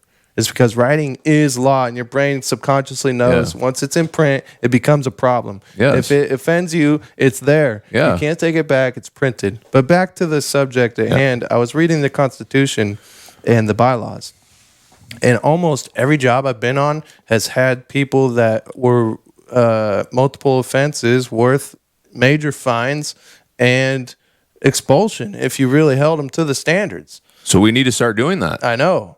And, as an apprentice, well, first of all, I don't know. I didn't even know, and it's all on the app. Yeah. I didn't know that. Yes. And it's not handed out in print anymore. And so it just has not been. What, the bylaws? The Constitution. If you want a Constitution, you ask for one. Yeah, no, that's my point. Yeah. So that's something that someone has to go out and seek. Yeah. And Dennis handed me his because I was the steward for the class. Yes. And so I don't know if it's not promoted. It's not like we have an MLA quiz, but we don't have a Constitution or a bylaws quiz, And even the MLA, no one reads that. No. And I know it well. And I've had to put stewards in their place. Yeah. More than one steward. Yes. And so when I talked to the probationaries that just came in, I said, look, memorize your bylaws. Or memorize your MLA. Yes. You're only as powerful as your knowledge. And before you have a problem, if you address it with your foreman and it's not resolved, before you go talk to your steward, you come in with the resolution already. Yeah. You tell them subsection 8, subsection I with paragraph 2, sentence 5. Yep. And you point, and you can even highlight it in your book. You show him. And then he can't argue you because the contractor's going to find another section. I've had it happen where they pointed them to a different, maybe the wages when it was really in the breaks. Yeah. And I showed him, and they talked. It's all perception. Yep. They talked him into it. He was like, "Yeah, that makes sense." Yep. But really, it's actually specifically worded in a different section. So if there is a disagreement between something, what do you do? You speak to your steward. Well, and then you call the hall. Exactly. Yeah. You and the steward call the hall. So yes, I highly encourage if there's an issue with the MLA, you at break time or just at the end of the break or whatever it is, the steward calls the business agent, has it on speaker. Hey, this is the issue we're having. The MLA says this. Are we correct or how do we go about this? And everybody hears it. It's not on the steward. Yeah. You know what I mean? Like that. It's from the fucking business agent. And you're still in the room, so even you don't have to gather the men. They hear it just by that is the law. Yep. You know what I mean? So you cannot bitch. Yeah. Because there's, like you said, everybody perceives it one way. Yeah. But just because you perceive it that way doesn't mean it's true. Yes. It's exactly. what the law says or what the book says. Yep. Yeah. Yeah. And it would save so much turmoil and arguments. And the worst one is the guy that doesn't participate. Yeah. Exactly. In my experience. And you know, Dylan, there's people on Facebook and shit that will talk shit about the union all day long, but I go on my personal account and then I start calling their shit out. And so when I do, they can never back. They stop it. You know what I mean? Yeah. They can't come back at me because they know I'm fucking right. Yeah. You know what I mean? Bluff. You call it. Exactly. And Yeah. that's how we have to fucking, start doing it. So I share that mindset. And my follow-up question, and this is such a tangent to the questions. I want to get back to personal work stories, but this is important, I think. Yeah, no. There's a stigma. And even a guy like me that wants to do the right thing, but your name is your name. Yeah. And it's easy for veterans to slander your name as the young hot shot or the young gun that's coming in trying to change everything. And, he's just being too sensitive, or, there's like, how do you go about that without it could be so cool in the, drama. Let me be the bad guy. You call a business agent. You let me be the fucking Yeah. You let us be the bad guy. Okay. Because Yeah. I love. I was that person too, man. I didn't want to speak up because I was afraid, that fucking. You like I the don't- work, Well, yeah, exactly. It's kind of that old age saying, you if you're in a group of people, you're going to do what that group of people does. I mean, you're just going to fall in line with it. And that's just the way the world works. I get that. Yep. But nowadays, like when I started, when I got hired back on and I had the ability to be out there with that Amazon picket and stuff, and like getting the haters, like fucking people just talking shit to me, I finally realized that I really did enjoy that type of stuff, like somebody coming to me and just talking shit to me, you know what I mean? Yeah. And so nowadays, I look forward to that type of stuff where I can go to somebody that is saying the things that shouldn't be said and treating people like they shouldn't be treated and calling them out on that. I think we need to do more of that. That's the only way we're going to get things to change is by start holding those people accountable and making them feel like shit. Honestly, and this was when I was a probationary boomer, so I had no voice, right? Yeah. And I was just... Oh, just so you know, everybody has a voice. Everybody has a voice. But internally, I'm just trying to... Yeah. I was already... my work said too much. There was already people that disliked me. Yeah. To this day, there's a guy that won't shake my hand. Yeah. To this day. Never said anything. If he talked a little shit, never anything crossed the line, but he just doesn't like me. Yeah. That's And just it the way is the what it world is. works. Yeah. But that was the energy around, so I was just trying to be quiet. Yeah. And but there was things said in the shack that just can't be taken back. Yeah. And you're like, I'll never forget that. And I love the guy that said it. But Yeah. it was like, this has crossed the line. That's too Yeah. far. And I don't think it was like he was personally racist or personally hatred, but it was for the laugh. Yes. And even though that's, at someone else's expense. Yeah. And this was a few years back before everything became very highlighted in media and brought to our conscious. And but yeah, it was sad, but it was just like I can't. I'm not even from here, so I'm not going to be that guy. Yeah. But I think a lot of, especially apprentices, still have that idea. Yeah. And you don't. And then even with the organized guys. It's just fucking people need, like, I hate to say it, man, but just we have to start standing up against those fucking people. I get tired of, nowadays everybody's so fucking tribal, you know what I mean? Like going right in front of those. Everybody's getting so tribal now, like it's fucking all the bullshit. Like you want the outside. You want this picture here. Let's see here. That one goes here with it facing like the outside. Like Oh, check it out right there. Got you. Yeah, let's see. Yeah, that's right. Yeah. Everybody wants the benefits of the union. They want the great pay. They want the health insurance. They want the retirement. But they don't want to support the people that give us that. policymakers, things like that. They want them fucking gone. Yeah, like because they're sensitive, or they may think they agree with the LGBT community, that kind of shit. Who fucking cares, man? Yeah. They're getting us work. They're promoting apprenticeship utilization. They're promoting prevailing wages. Yep. Imagine if the other side had the power to get rid of prevailing wage. Where would we be? You would not be making the money that you do. And every year they're trying. Yes. And people think that the carpenters make more money than us. They do not make more money than us. They make more money on the check per hour. But go look at their health insurance. Go look at their benefits. It is fucking dog shit. Yep. And even the labor. I've looked at. My wife wants to get into the laborers, so I was looking at their wages and everything, and they're good for a laborer. But it's nothing. Nothing compares unless you're skilled. Unless they have that. If you have a skilled trade, who are the only skilled trades? Electricians, and then what's the other? The pipe fitters. Yeah, plumbers. And who's next? There's only one other trade, one part of a trade that makes more than us, and it's an operator who runs a certain type of equipment. Yep. That is it. And it's probably crawler cranes or towers. I forgot which one it is, but yes. Big, dangerous, the most obvious. Those guys probably should make more than us. Yes. They're putting everyone's life at risk by having. So imagine if we were a skilled trade. So you know what involved with a skilled trade? You have to get licensed every year. We can hardly get, yes, you have to get licensed every year. That is part of being an electrician and a pipe fitter. You have to make sure you maintain like a plumber. Yeah. You have to get licensed. So imagine if we can hardly get guys to come in there to do fucking upgrade training. You know what I mean? Like we promote fucking, we're doing Total Station. You know how many people signed up for that? But why are we not doing that? That is so fucking easy and it's free. Yeah. But you want to make more money though, but you don't want to put in fucking work to go do it. Yeah.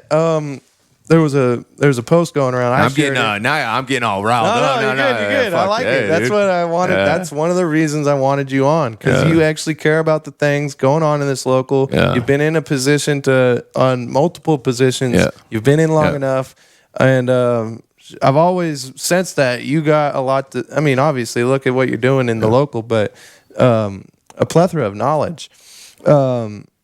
Zach Zoller shared something, and I shared it, and likewise. But it said, "We're not growing an organization." Or where's my phone? I'm gonna find it specifically, because this quote, some things you don't want to misword, you know. Yeah, absolutely. But it's all about the interpretation. Yes, exactly. The union, in quotes, is an organization you build with your coworkers, not a service you receive. Exactly, dude. Yeah. And I've owned my own business. I owned a gym. I did ever since I was a kid. I was an entrepreneur. I did whatever I could, hustled anything I could do. Cans, road work, build fence, anything I could get my hands on that made a buck. I did it. Yeah. And then I actually turned some of those into a business.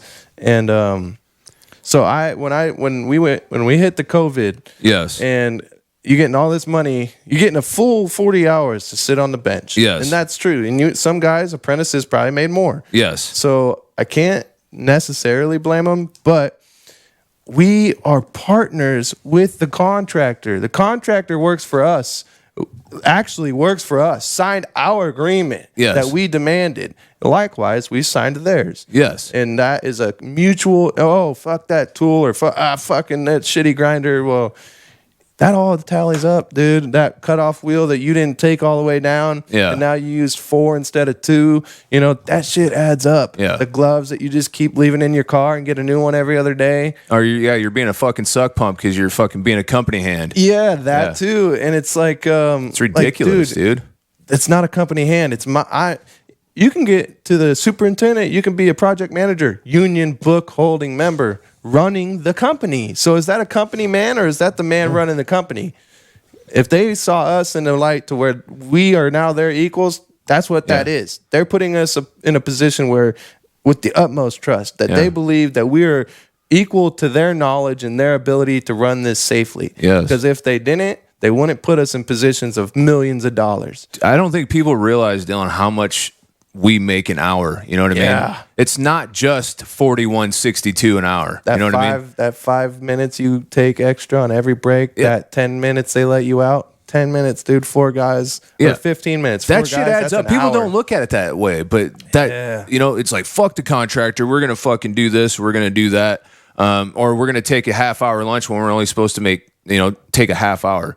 You know what I mean? So if we truly went by the contract, the book, we're only supposed to get fucking 10 minutes in the morning, 10 minutes in the afternoon. If you read the book, it says at where you're at. It doesn't mean walk the 20 minutes or the 5 minutes to the fucking lunchroom. Yeah. But that's what we do. Just because, you know, the contractor could say, yeah, fuck you. You're going to do it right here. We're going to hold you to the book.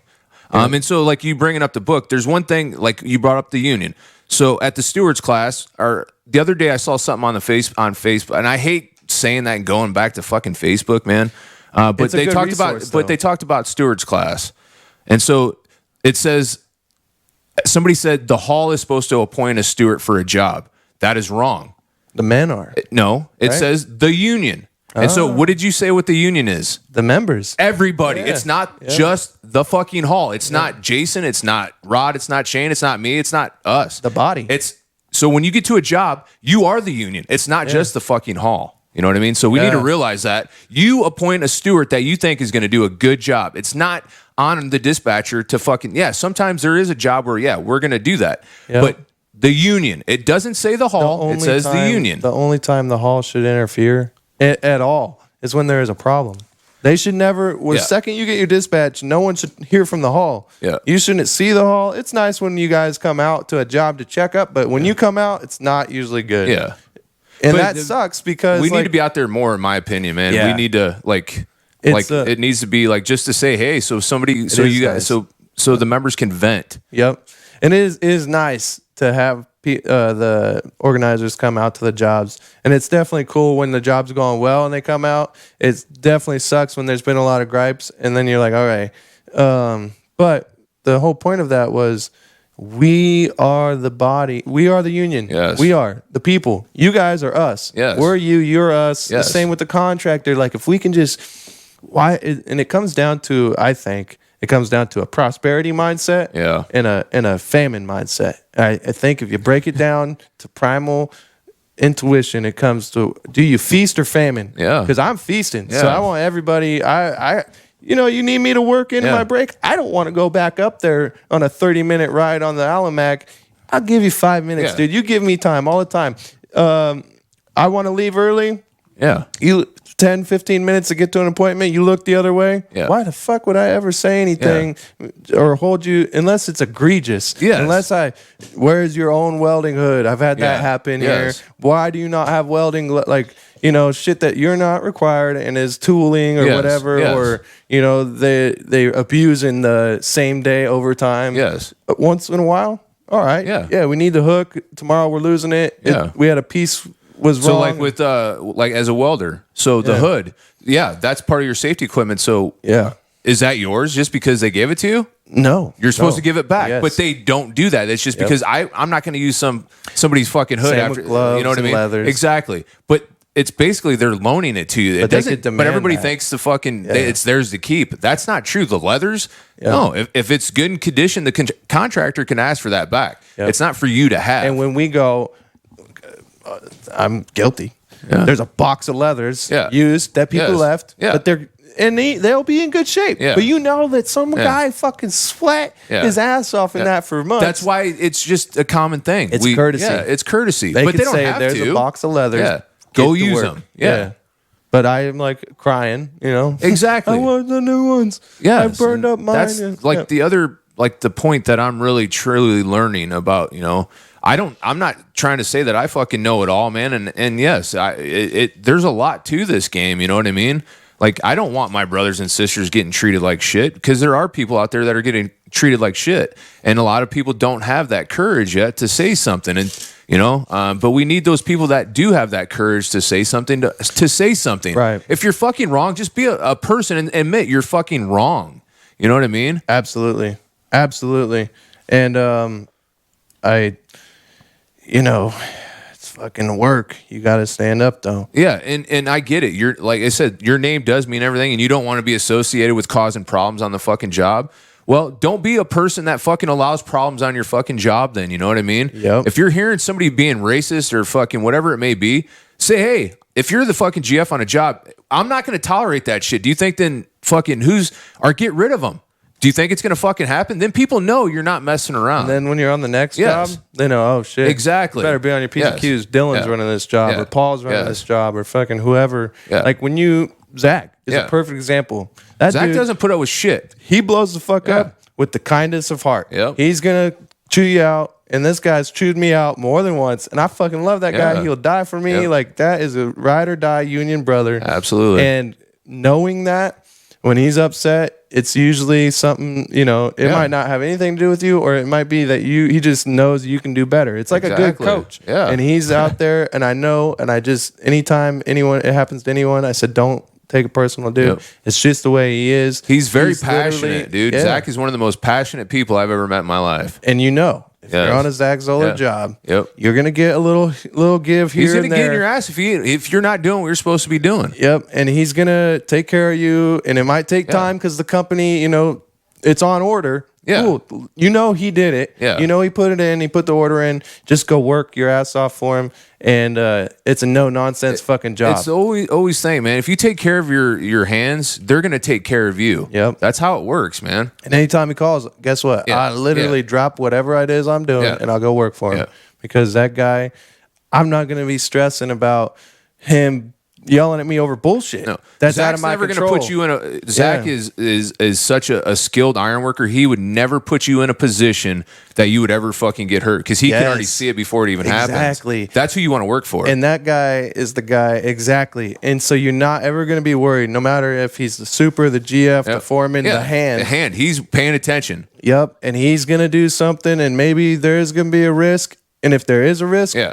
we're gonna have a whole conversation. We're gonna do it the Exactly, right yes, way. We're gonna have a pre-task meeting about Yep. that. And when he is yelling at you, you're It's probably the people wrong. that talk shit, you know what I mean? They're scared. Yeah. They're the ones that are fucking scared. And people need to realize that they're not fucking the tough ones. They're just the fucking scared ones that are fearful. You know what I mean? Because they really don't know. Yeah, it's true. Yeah. Yep. And I truly believe that, man. And I hope people, whoever hears it, like, just find that courage, man. I know I know it's hard because I still have that hard. It's hard to It say is. something to somebody Yep. and be in conflict. You know what I Yep. mean? It But is. if it's right, it's right. It's just Yes. you have to fucking stand up. And there's plenty of examples in American history, particularly for us to all, no matter what avenue of life you're in, you don't have to be in the industry. Anybody hearing this, like, if you see something egregious, see something that if it bothers you, it bothers Yeah. the person it's pointed to. Yes. And that's a fact. If Yeah. it bothered you, hearing it, it bothered them. Yeah. Because it's not about you. And Yeah. you were still, your body told Yes. you this doesn't feel right. You should say something. Yeah. I can't blame someone that too, doesn't. Dylan, man, but once you should. start getting up into those positions, man, and I hate to say it, it's politics, man. It's all is. about who likes you. You know what I Right. mean? You could be the biggest fucking Joe in the world, but if the owner of the company fucking likes you, they're gonna have you in that position of power, man. And then you're just it trickles down. You know what I mean? Yeah. And that's kind of where I brought it up to, like, it's conflicting because you don't want to be that guy at too soon that gets, now you're the sandpaper and Yeah. not the polish. And they don't forget. So Yeah. it's like, it's hard because you can't be the suck pump, but Yeah. you also can't be the hard ass. Like, you have to be political. Yep. You got to talk to them. Yes, you have to do it the right way. Yes, you Yep. can't just go out there and fucking start screaming at them. And you know what I mean? It's just there's ways you just have to read people, and that's hard. That's a part of the game that you have to learn as well, how to talk to people. You can say it in certain. You can say what you need to say, but just you have to read a person, and that's something I try to learn. That's hard for me because I want to fucking start screaming when I'm mad, man. I want to fucking yell. Especially hard for But it makes you look stupid. You know what I Yeah, mean? It makes it you look does. fucking stupid. And it's almost bred into us iron workers, Yeah. and it's inherited. Yeah. It's inherited. Even the nicest soul outside of work, you get in the work mode. Like, even Yeah. my wife, she'll be like, "Oh, he's in work mode." Yeah. And it's just there's a agenda. Like, it's not that I'm being short. Like, I'm just like, do this. Like, Yeah. if I tell you do this, you're just gonna do it. It's no offense Yeah. ever, right? Yeah. But you tell Sounds someone, like my wife. Fuck, man. Just fucking do it. Yeah, but Yeah, no, she's and, like, what'd you say? you're like, oops, sorry. If you could please Yes. do this, we need to move along now. But Ironworker wives are a breed of themselves. You know what I mean? I didn't know that Penny Painter was married to an ironworker. Oh, really? So I sent my wife on the hunt to talk to her. I said, really? here, call this number because she's going to try and get into the either carpenters or the laborers. And I sent her to the Oregon Tradeswomen's, and I pointed her to Penny. They talked, and she's venting, as women do. Yeah. And she's like, oh, honey, I was married to an ironworker. It only lasts 4 years. If you can be married to an ironworker, you are something. It's not easy. Exactly what you said. It's not easy, man. Yeah. Because we are like in fight or flight, you know, pretty much all day. Yeah. And then everybody says, well, you got to turn it off. Well, that's not as easy as it. No. You're fucking in that, and then, you know, just it could have been a bad day or whatever, but, you know, my wife has gotten the brunt of my bullshit quite a bit. You know and it could be anticipation for the days to come. Yeah. You could know there's a sketchy project or there's a deadline that you probably won't get or something. And you don't have an answer. Like more than once, it's been like, I don't know why. Like, what's wrong? I'm like, I don't know. And then a week later, I'm like, that was what. She's like, why didn't you say that? I'm like, well, it hadn't happened yet. And I was already carrying that. Like I was anticipation. It's like a fighter going to the cage. Like that whole week before, he's probably so on edge because he's getting ready for something. Yeah, you know. And no, she's gotten more work wise as to like she knows when to just shut the fuck up. You know? She knows when not to like to don't push proceed. it. Yes, in the most polite way. Yes. And my wife is, you know, she's like the most polite, soft spoken person. And, you know, I can be a little gruff sometimes, and I'm not gonna lie. You know, I learned early. It took me a while. You know, like I always thought, like you said, I've been one of those people. That's how I was taught was to this one. Yelling and screaming was the way to do things. You know what I mean? But that is flip that one upside down. That's not the case, man. I realized it just makes you look stupid. So by yelling and screaming, you bring that up. This is far more personal, but what kind of environment were you raised in? Yelling and screaming? Is that the same? Yeah, same. Yeah. So same. My entire my mom's side, she has 13 brothers and sisters, and all they do is fucking fight and yell and scream. And you know, my visions of me when I was a kid is my mom screaming on the phone or fucking at the house. There was just always something, you know what I mean? Yeah. And so I was raised in that. And then, so I found home, and when I saw fucking these journeymen yelling and screaming on the job, you know what I mean? Chaos. I loved it. Yeah. That attracted me to it. You know what I mean? And that risk, like, hanging off a beam or connecting or decking, like, you realize that's that same energy. You're just getting that adrenaline from something else. Yeah. I learned that. I also was attracted to women that I could get that energy from, and it became very toxic, right? That's a toxic person, but it was just drawn. Before I even knew them, I knew that was attractive. Like, it was weird, and then as I get to know them, it was too much, and you're in this weird, but I still couldn't figure it out for years as to why I keep ending up with this type of person. And I finally realized lots of insight and lots of trying to learn about myself, but I realized like that was because it, lack of a better term, like that's generational curses. Like that's how it's been inherited. Trauma is inherited from the predecessors. Addictions aren't genetic. It's inherited. There are tendencies that cause certain things, people to lean towards certain substances or whatnot, and tendencies that like genetic things that are can lead to mental health, that leads to addiction. But for the most part, these traumas come from childhood traumas that were inherited, and their parents inherited it. And learn. That's how you learn. You see it from somebody old, or your mom or dad or whoever. Like my father, my biological father, he wasn't around. He found out my mom was pregnant. It was more like a fling, but he found out. He went to Florida and never looked back. And my stepdad was there from the time I was 2 weeks old, so I had a father, but that still, just the knowledge of that subconsciously changes you as a child. And it happened, the change happened before I even knew it happened. It was from birth. You know that. And hey. But you want to join the show? This is Connor, Yeah, this is my son Connor. Hey Connor, you can come in. You like this, huh, Connor? He sees the Legos.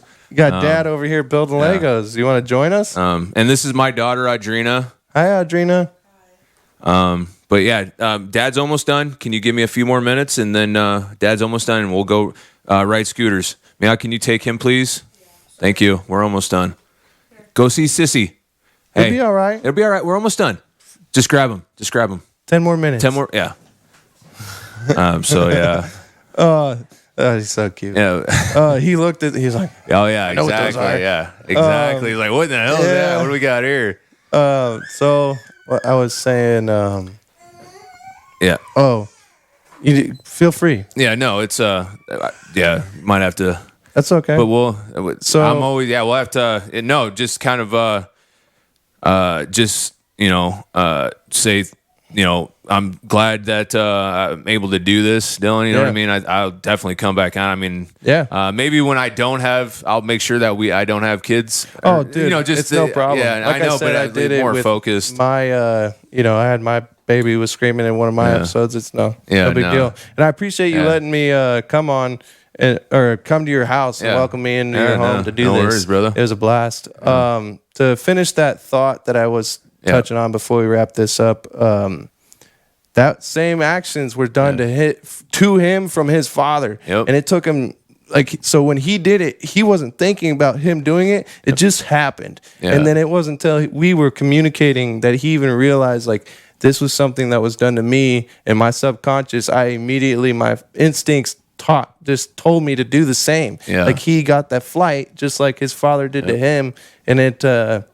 Luckily, I was able to see that, and I'm sure that the people that are able to walk away from their habitats, those people can see at least a little bit of that and enough knowledge and foresight to leave that. Yeah. And just to add something to that, man, I have a 17-year-old son, and I, like you said, that's how I was raised. So I still remember to this day, screaming at him when he's 2 years old like a fucking man. You know what I mean? Yeah. It sucks. I regret it.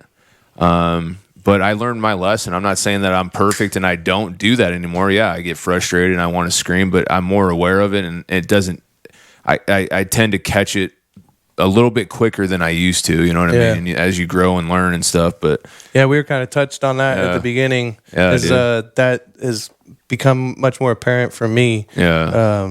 Very new. Only got a 1-month-old, but. Do you had that conversation with him? Oh yeah. I mean, we've I told him, I still remember just vividly telling him if he cried, he's fucking 3 years old, man. Tell him, don't cry. Right. Stop fucking crying. You know what I mean? And how dumb of me to say that, you know what I mean? There's nothing wrong with crying. Absolutely nothing wrong.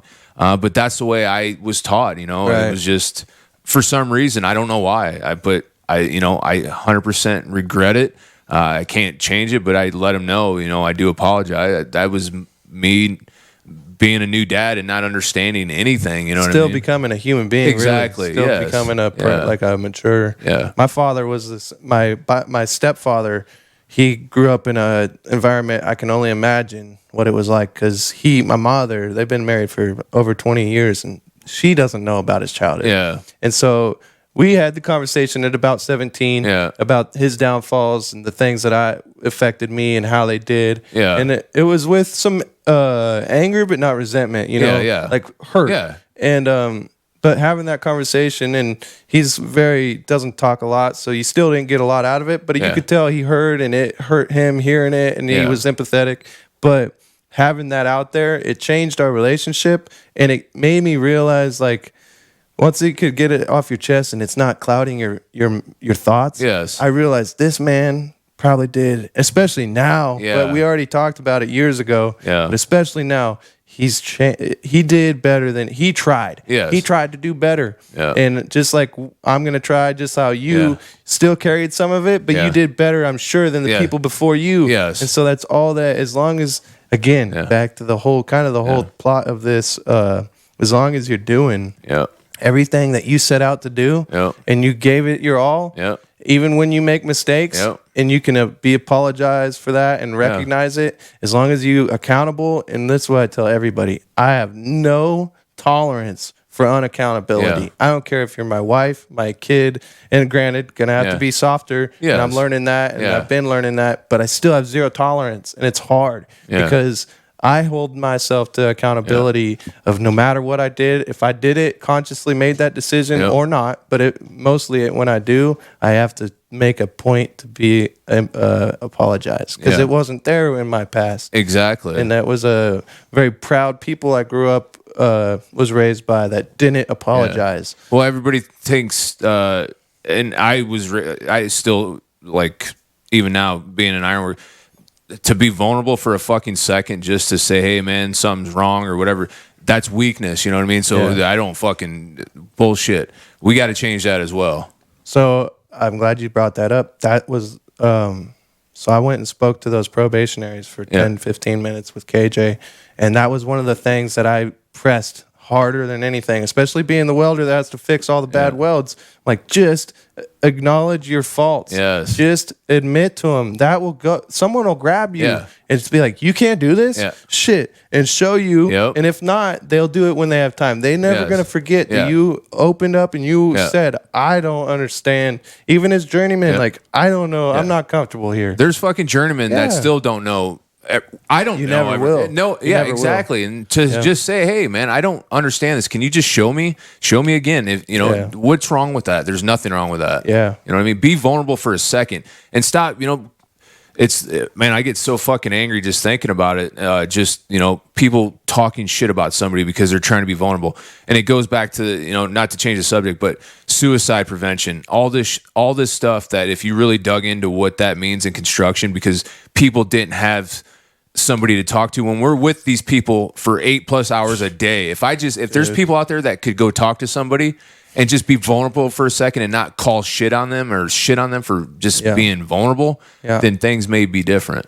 I mean, dude, it's getting Or having a safe room. Everybody quit being a fucking pussy. Quit being. That's not what it's about. Look at the bigger fucking picture, dude. Yeah. That somebody is going through something fucking. And as a human being that goes through shit, every human does. Yes. So how can you do that? Exactly. Because you've experienced what they've experienced. Why do you want to continue living with that, dude? When you could just talk to somebody and it'll make you feel better. Exactly. So that honestly, what you just touched on is why I started this show. Yeah. It really is exactly. Obviously, I love talking. I have a audio experience, Legos. I just kind of put everything together. But the main purpose of bringing brother ironworkers and sister ironworkers was, I live with you guys more than my family. Yeah. And especially on years where you're on a big job with lots of hours. I've been on many. 60 hours a week, dude. You don't even see your bed that often, and it's hard for the family to hear. But those really are. That's our brothers and sisters, dude. Exactly. We live with these people, and they're with us every day. And if you don't have their best interests, you're not a very good family member. Yeah. And and I still can maybe only now I can add another one that I know where you live, but and I didn't. How many ironworkers do you know where they're from, where they were born? Not really. Not a lot, man. And it's sad. Yeah, it is. And it's fucking sad. Because I could call you guys my friends. Yeah. Before today, I would still call, oh, yeah, my friend Paul. Yeah. Like, we've worked together, we've chat, like, but you're an acquaintance. Yeah. Now we're Exactly. closer. Yeah, now we're absolutely. closer. But Absolutely. really, if I'm being honest, and I'm doing this service, because one day you might call these guys friends, or you might consider them friends, and then they let you down. Yeah. Like a real friend wouldn't do that. Yeah. But they weren't your friend. Yes. They were an acquaintance, Yes. a coworker. Yeah. That's really the truth. Yeah. And if you can be honest with that, you can make that change. Yeah. But that's why I'm really trying to get ironworkers on, because you make friends. I still have brothers that call from across the nation, and I know some of them well, but some of them, it's like, man, I wish I knew him more. Yeah. I wish I took the opportunity to have that conversation, and now it can be out there so people will know, like, these tradesmen aren't just this as hard as the steel they work. Like, no, man, I've been in. So I put myself in therapy 2 years ago, dude. Best move I've ever fucking made. You know what I mean? It's helped me see a lot of things differently. It's helped me talk about things that that I didn't even really thought bothered me. But when I have my therapist say, "Hey, yeah, like let's explore that," it just feels better. You know what I mean? And so, like, I'm learning to be more vulnerable and not giving a shit what you fucking think. You know what I mean? Yeah. You know what I mean? I don't give a. You could be the toughest, baddest fucking iron worker you could ever fucking be, but I don't fucking care. Yeah. That doesn't mean shit to me. You know what I mean? If I can't go talk to you and say, hey, man, I'm going through something fucking hard right now, and I just need somebody to fucking talk to, and you're gonna give me shit. You know what? There's a lot of people that will just fucking just go end it. You know what I mean? Yep. And that fucking sucks. Yeah. So. No, it does. And man, my welding school that I went to is extremely hard to get in. 2-year waiting list.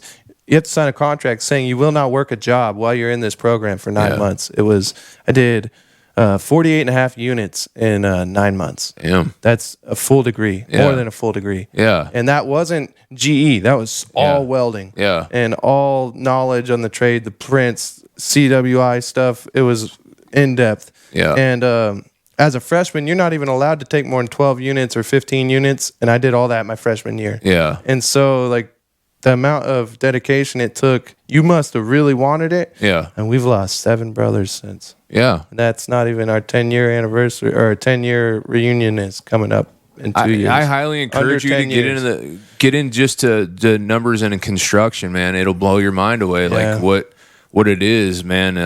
Like I thought I knew, you know, I knew it was bad, but it's worse than everybody thinks it is. You know what I mean? But it's the tough guy mentality. That's what the educators call it, the tough guy, because we can't go talk to somebody. Yeah. So one of the programs that out in Local 7 that Sean started, so they created a sticker that people that will put on their hard hat, that it lets people that are going through hard times know that they can go to that person without saying fucking anything. Go say, hey, I'm needing help, and nobody needs to know, and they help you go do what you got to do. So I'm going to implement that here in Local 29, and one of the other things I'm going to implement is I'm going to start an AA meeting at the hall. So fucking, you know, because it's easier for us to be around a group of brothers and sisters instead of going just to some, I don't know, fucking anybody. Well, we're family here. Why not? Yeah. So that is my next accomplishment, and I'm going to try to get that done by the end of the year. I don't know if really? I'm going to try, but I don't know. But I got. It only takes 2 people to have a conversation. And so exactly, and if I'm the only one fucking there, that's what it is. I'll sit there and if it takes whatever. But I want people to know that this is like, after talking to these other ironworkers and what they've dealt with and how much it's changed. Like Boston has companies that only hire sober gangs.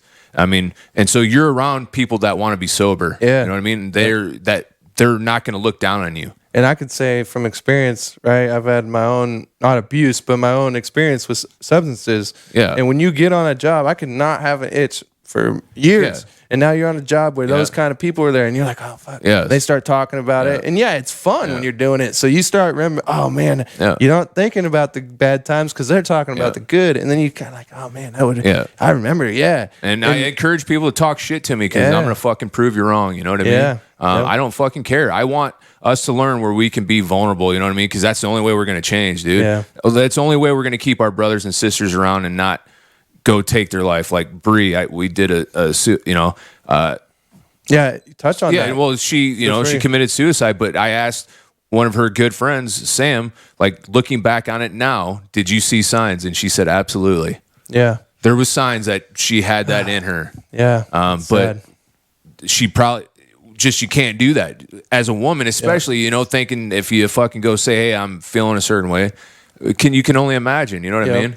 And I've realized I even have been doing that to my wife, and she brought it up to me, and I was like, oh, sorry, because it's not intentional to be like belittling her feelings, but it's like, I'm sorry, I didn't mean that.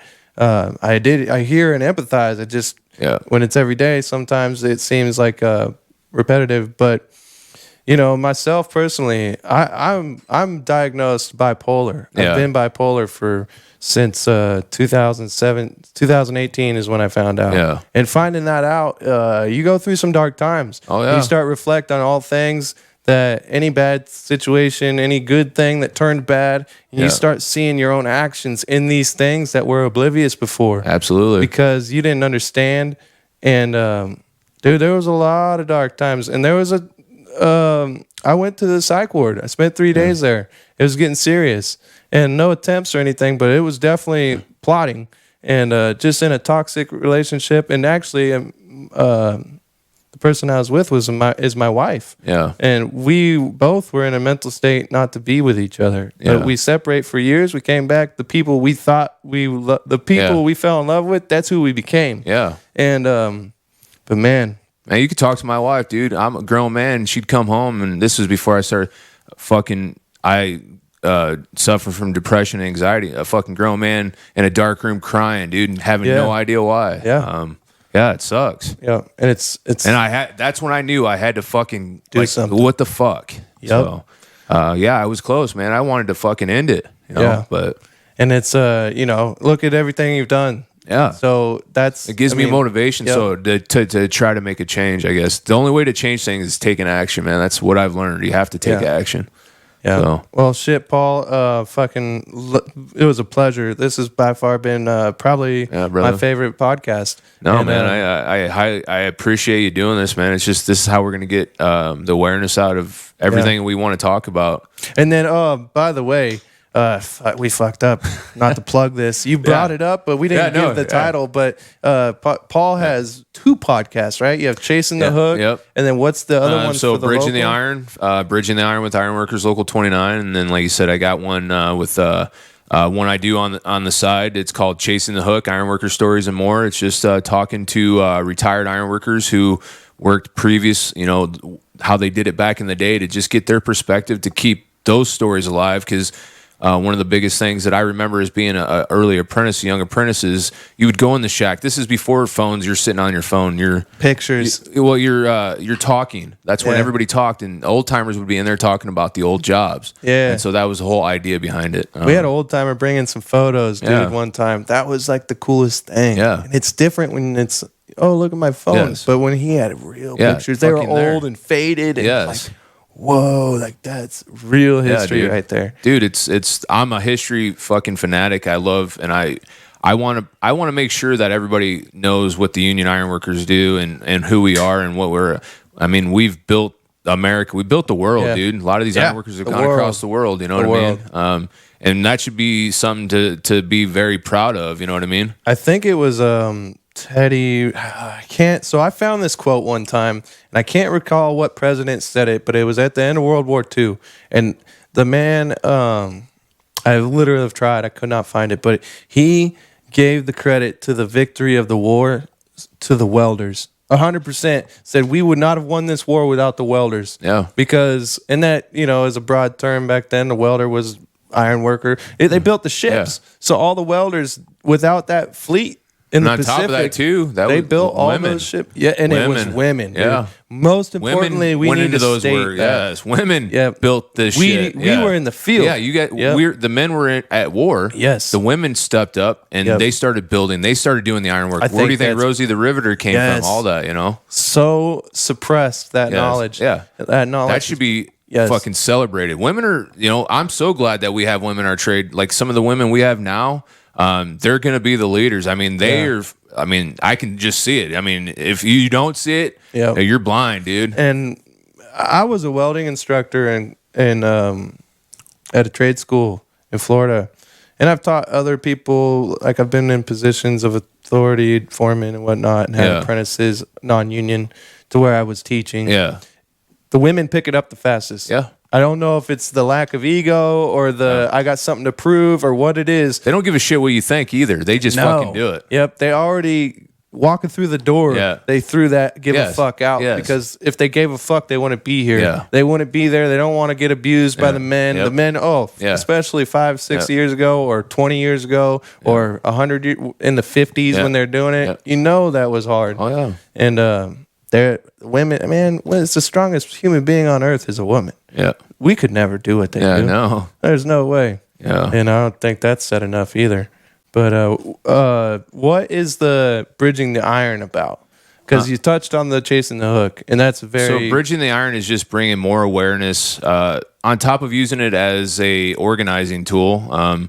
It's bringing more awareness to our membership.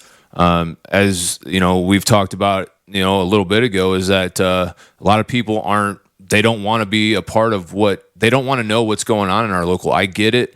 You're working all day. You don't want to go to a union meeting, but it's one time a month. and it's on Zoom. If you can't like get on your phone just to hear the business agents reports and see what's going on in your local, you have no room to talk shit anywhere else outside of there. You know what I mean? Because you don't know. You think you know, but you don't know. So that's why you go to a union meeting and you ask questions. You ask the business manager, what's going on here, this and this. And I encourage people to step up and do that. Ask the hard questions. That's what we're there for. Ask us. Yep. And then just bring in awareness to it, man. Like, we're in political season. I think everybody knows that, but it's a way for us to have a candidate that we are endorsing on the show to have you. So you're bringing in political members that we are endorsing, so you can hear them from their mouth saying why we should vote for them. It's not Local 29 sending a letter out like it still is saying, hey, we want you to vote for this, or we encourage you to vote. Well, now they're here. They're telling you why. So now when you're out there and you talk to them, maybe they knock at your door, you can hold them accountable to what they said. Yeah. You know what I mean? When Bernie Sanders went on Joe Rogan, I never really liked Bernie, right? The propaganda against Bernie is strong. Yeah. Socialist, this, that, the other. But when you look at that man and the amount of passion he had when he hit topics that were serious to him, and the realizing that man's had that passion for 50 years. Absolutely. And fucking lost every time. And he didn't change. Yep. He didn't. You lose 3 times, I might start changing. What's it going to take to win? This is what I love. Yep. And he never wavered in his convictions. And I would have never respected him if I didn't hear him on a long, actual conversation. Absolutely. And then on top of like also bringing awareness to like right now, my focus is on suicide and addiction. So that's what I'm, kind of bringing more awareness to. And then impact. What there's so many programs that we have that nobody knows about. Especially, and so like I've had impact on, if you want to become a contractor, so we got plans.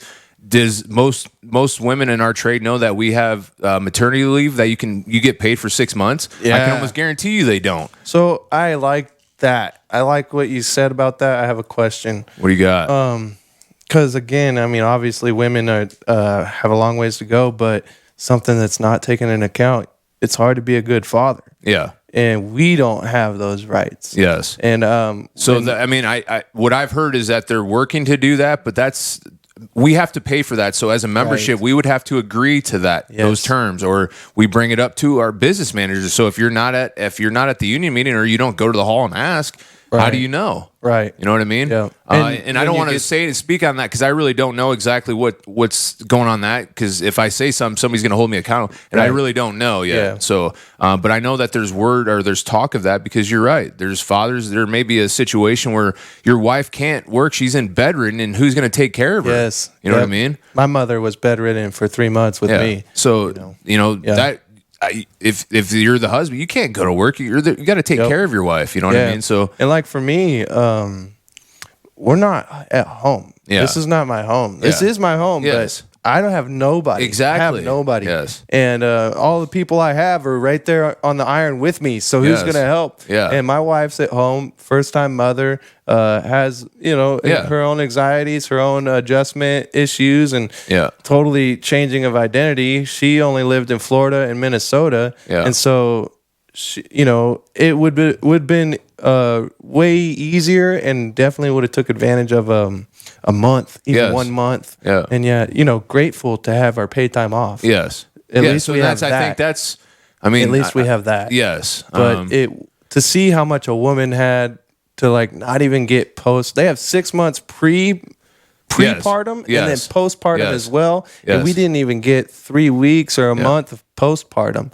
And it was just but we're not down there preaching it. We're not saying we need this. The members, and when they get that ballot in the mail, they probably just see maternity leave for men or whatever. Yeah. And they're like, I got to pay for that. They're not educated in the meetings, maybe we had that conversation. Well, there's people there, I'm not going to have kids, so why should I fucking have to pay for it? But it's not, you don't look at it that way. Yes. You got to look at it the bigger picture, because there are people that need that, and it's about taking care of each other. Yeah. You know what I mean? And just having the option, because the amount of stress relief that would have been given to my wife, and most members aren't from here. Yeah. You're not from here.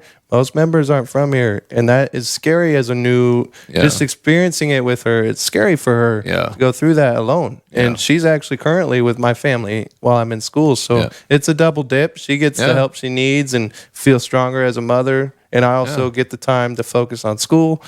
But she needed that, and I wasn't okay with it because I want to watch my baby, but that's what she needed. And you don't get nothing changed by not saying nothing or just talking about it. You have to take action. Right. It's I really do want to wrap this up. But I could talk all day long. The last thing I'll mention that we just skimmed, which was your goal to do the AA thing. Yes. That's something that I live in the area now. And as you can tell, I'm already being more involved. I help volunteer at the picnic. Like, I want to be more involved.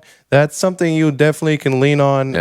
Hit me up. Absolutely. With any kind of things you're going to need help with. So right now, I'm going to continue to talk with Sean Neely, because he had to get grants for that. So there's things that you have to do first, but I'm taking action on that. Cool.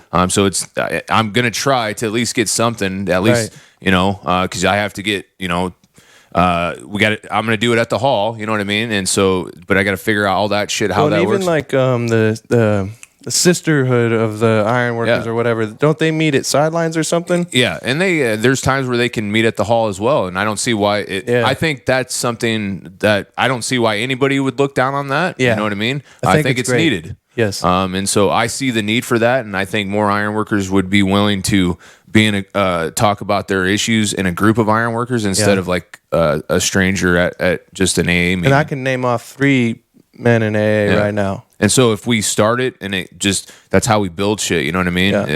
It just takes a few, and then it just spreads, you know what I mean? So 100%. I truly believe that we need that just to change a lot of things. So, well, shit. All right, brother. Thanks, Paul. Yeah, I appreciate it, man. Yeah, I appreciate that was a blast. it. Yeah. That's another episode of the Lego Chronicles. Peace.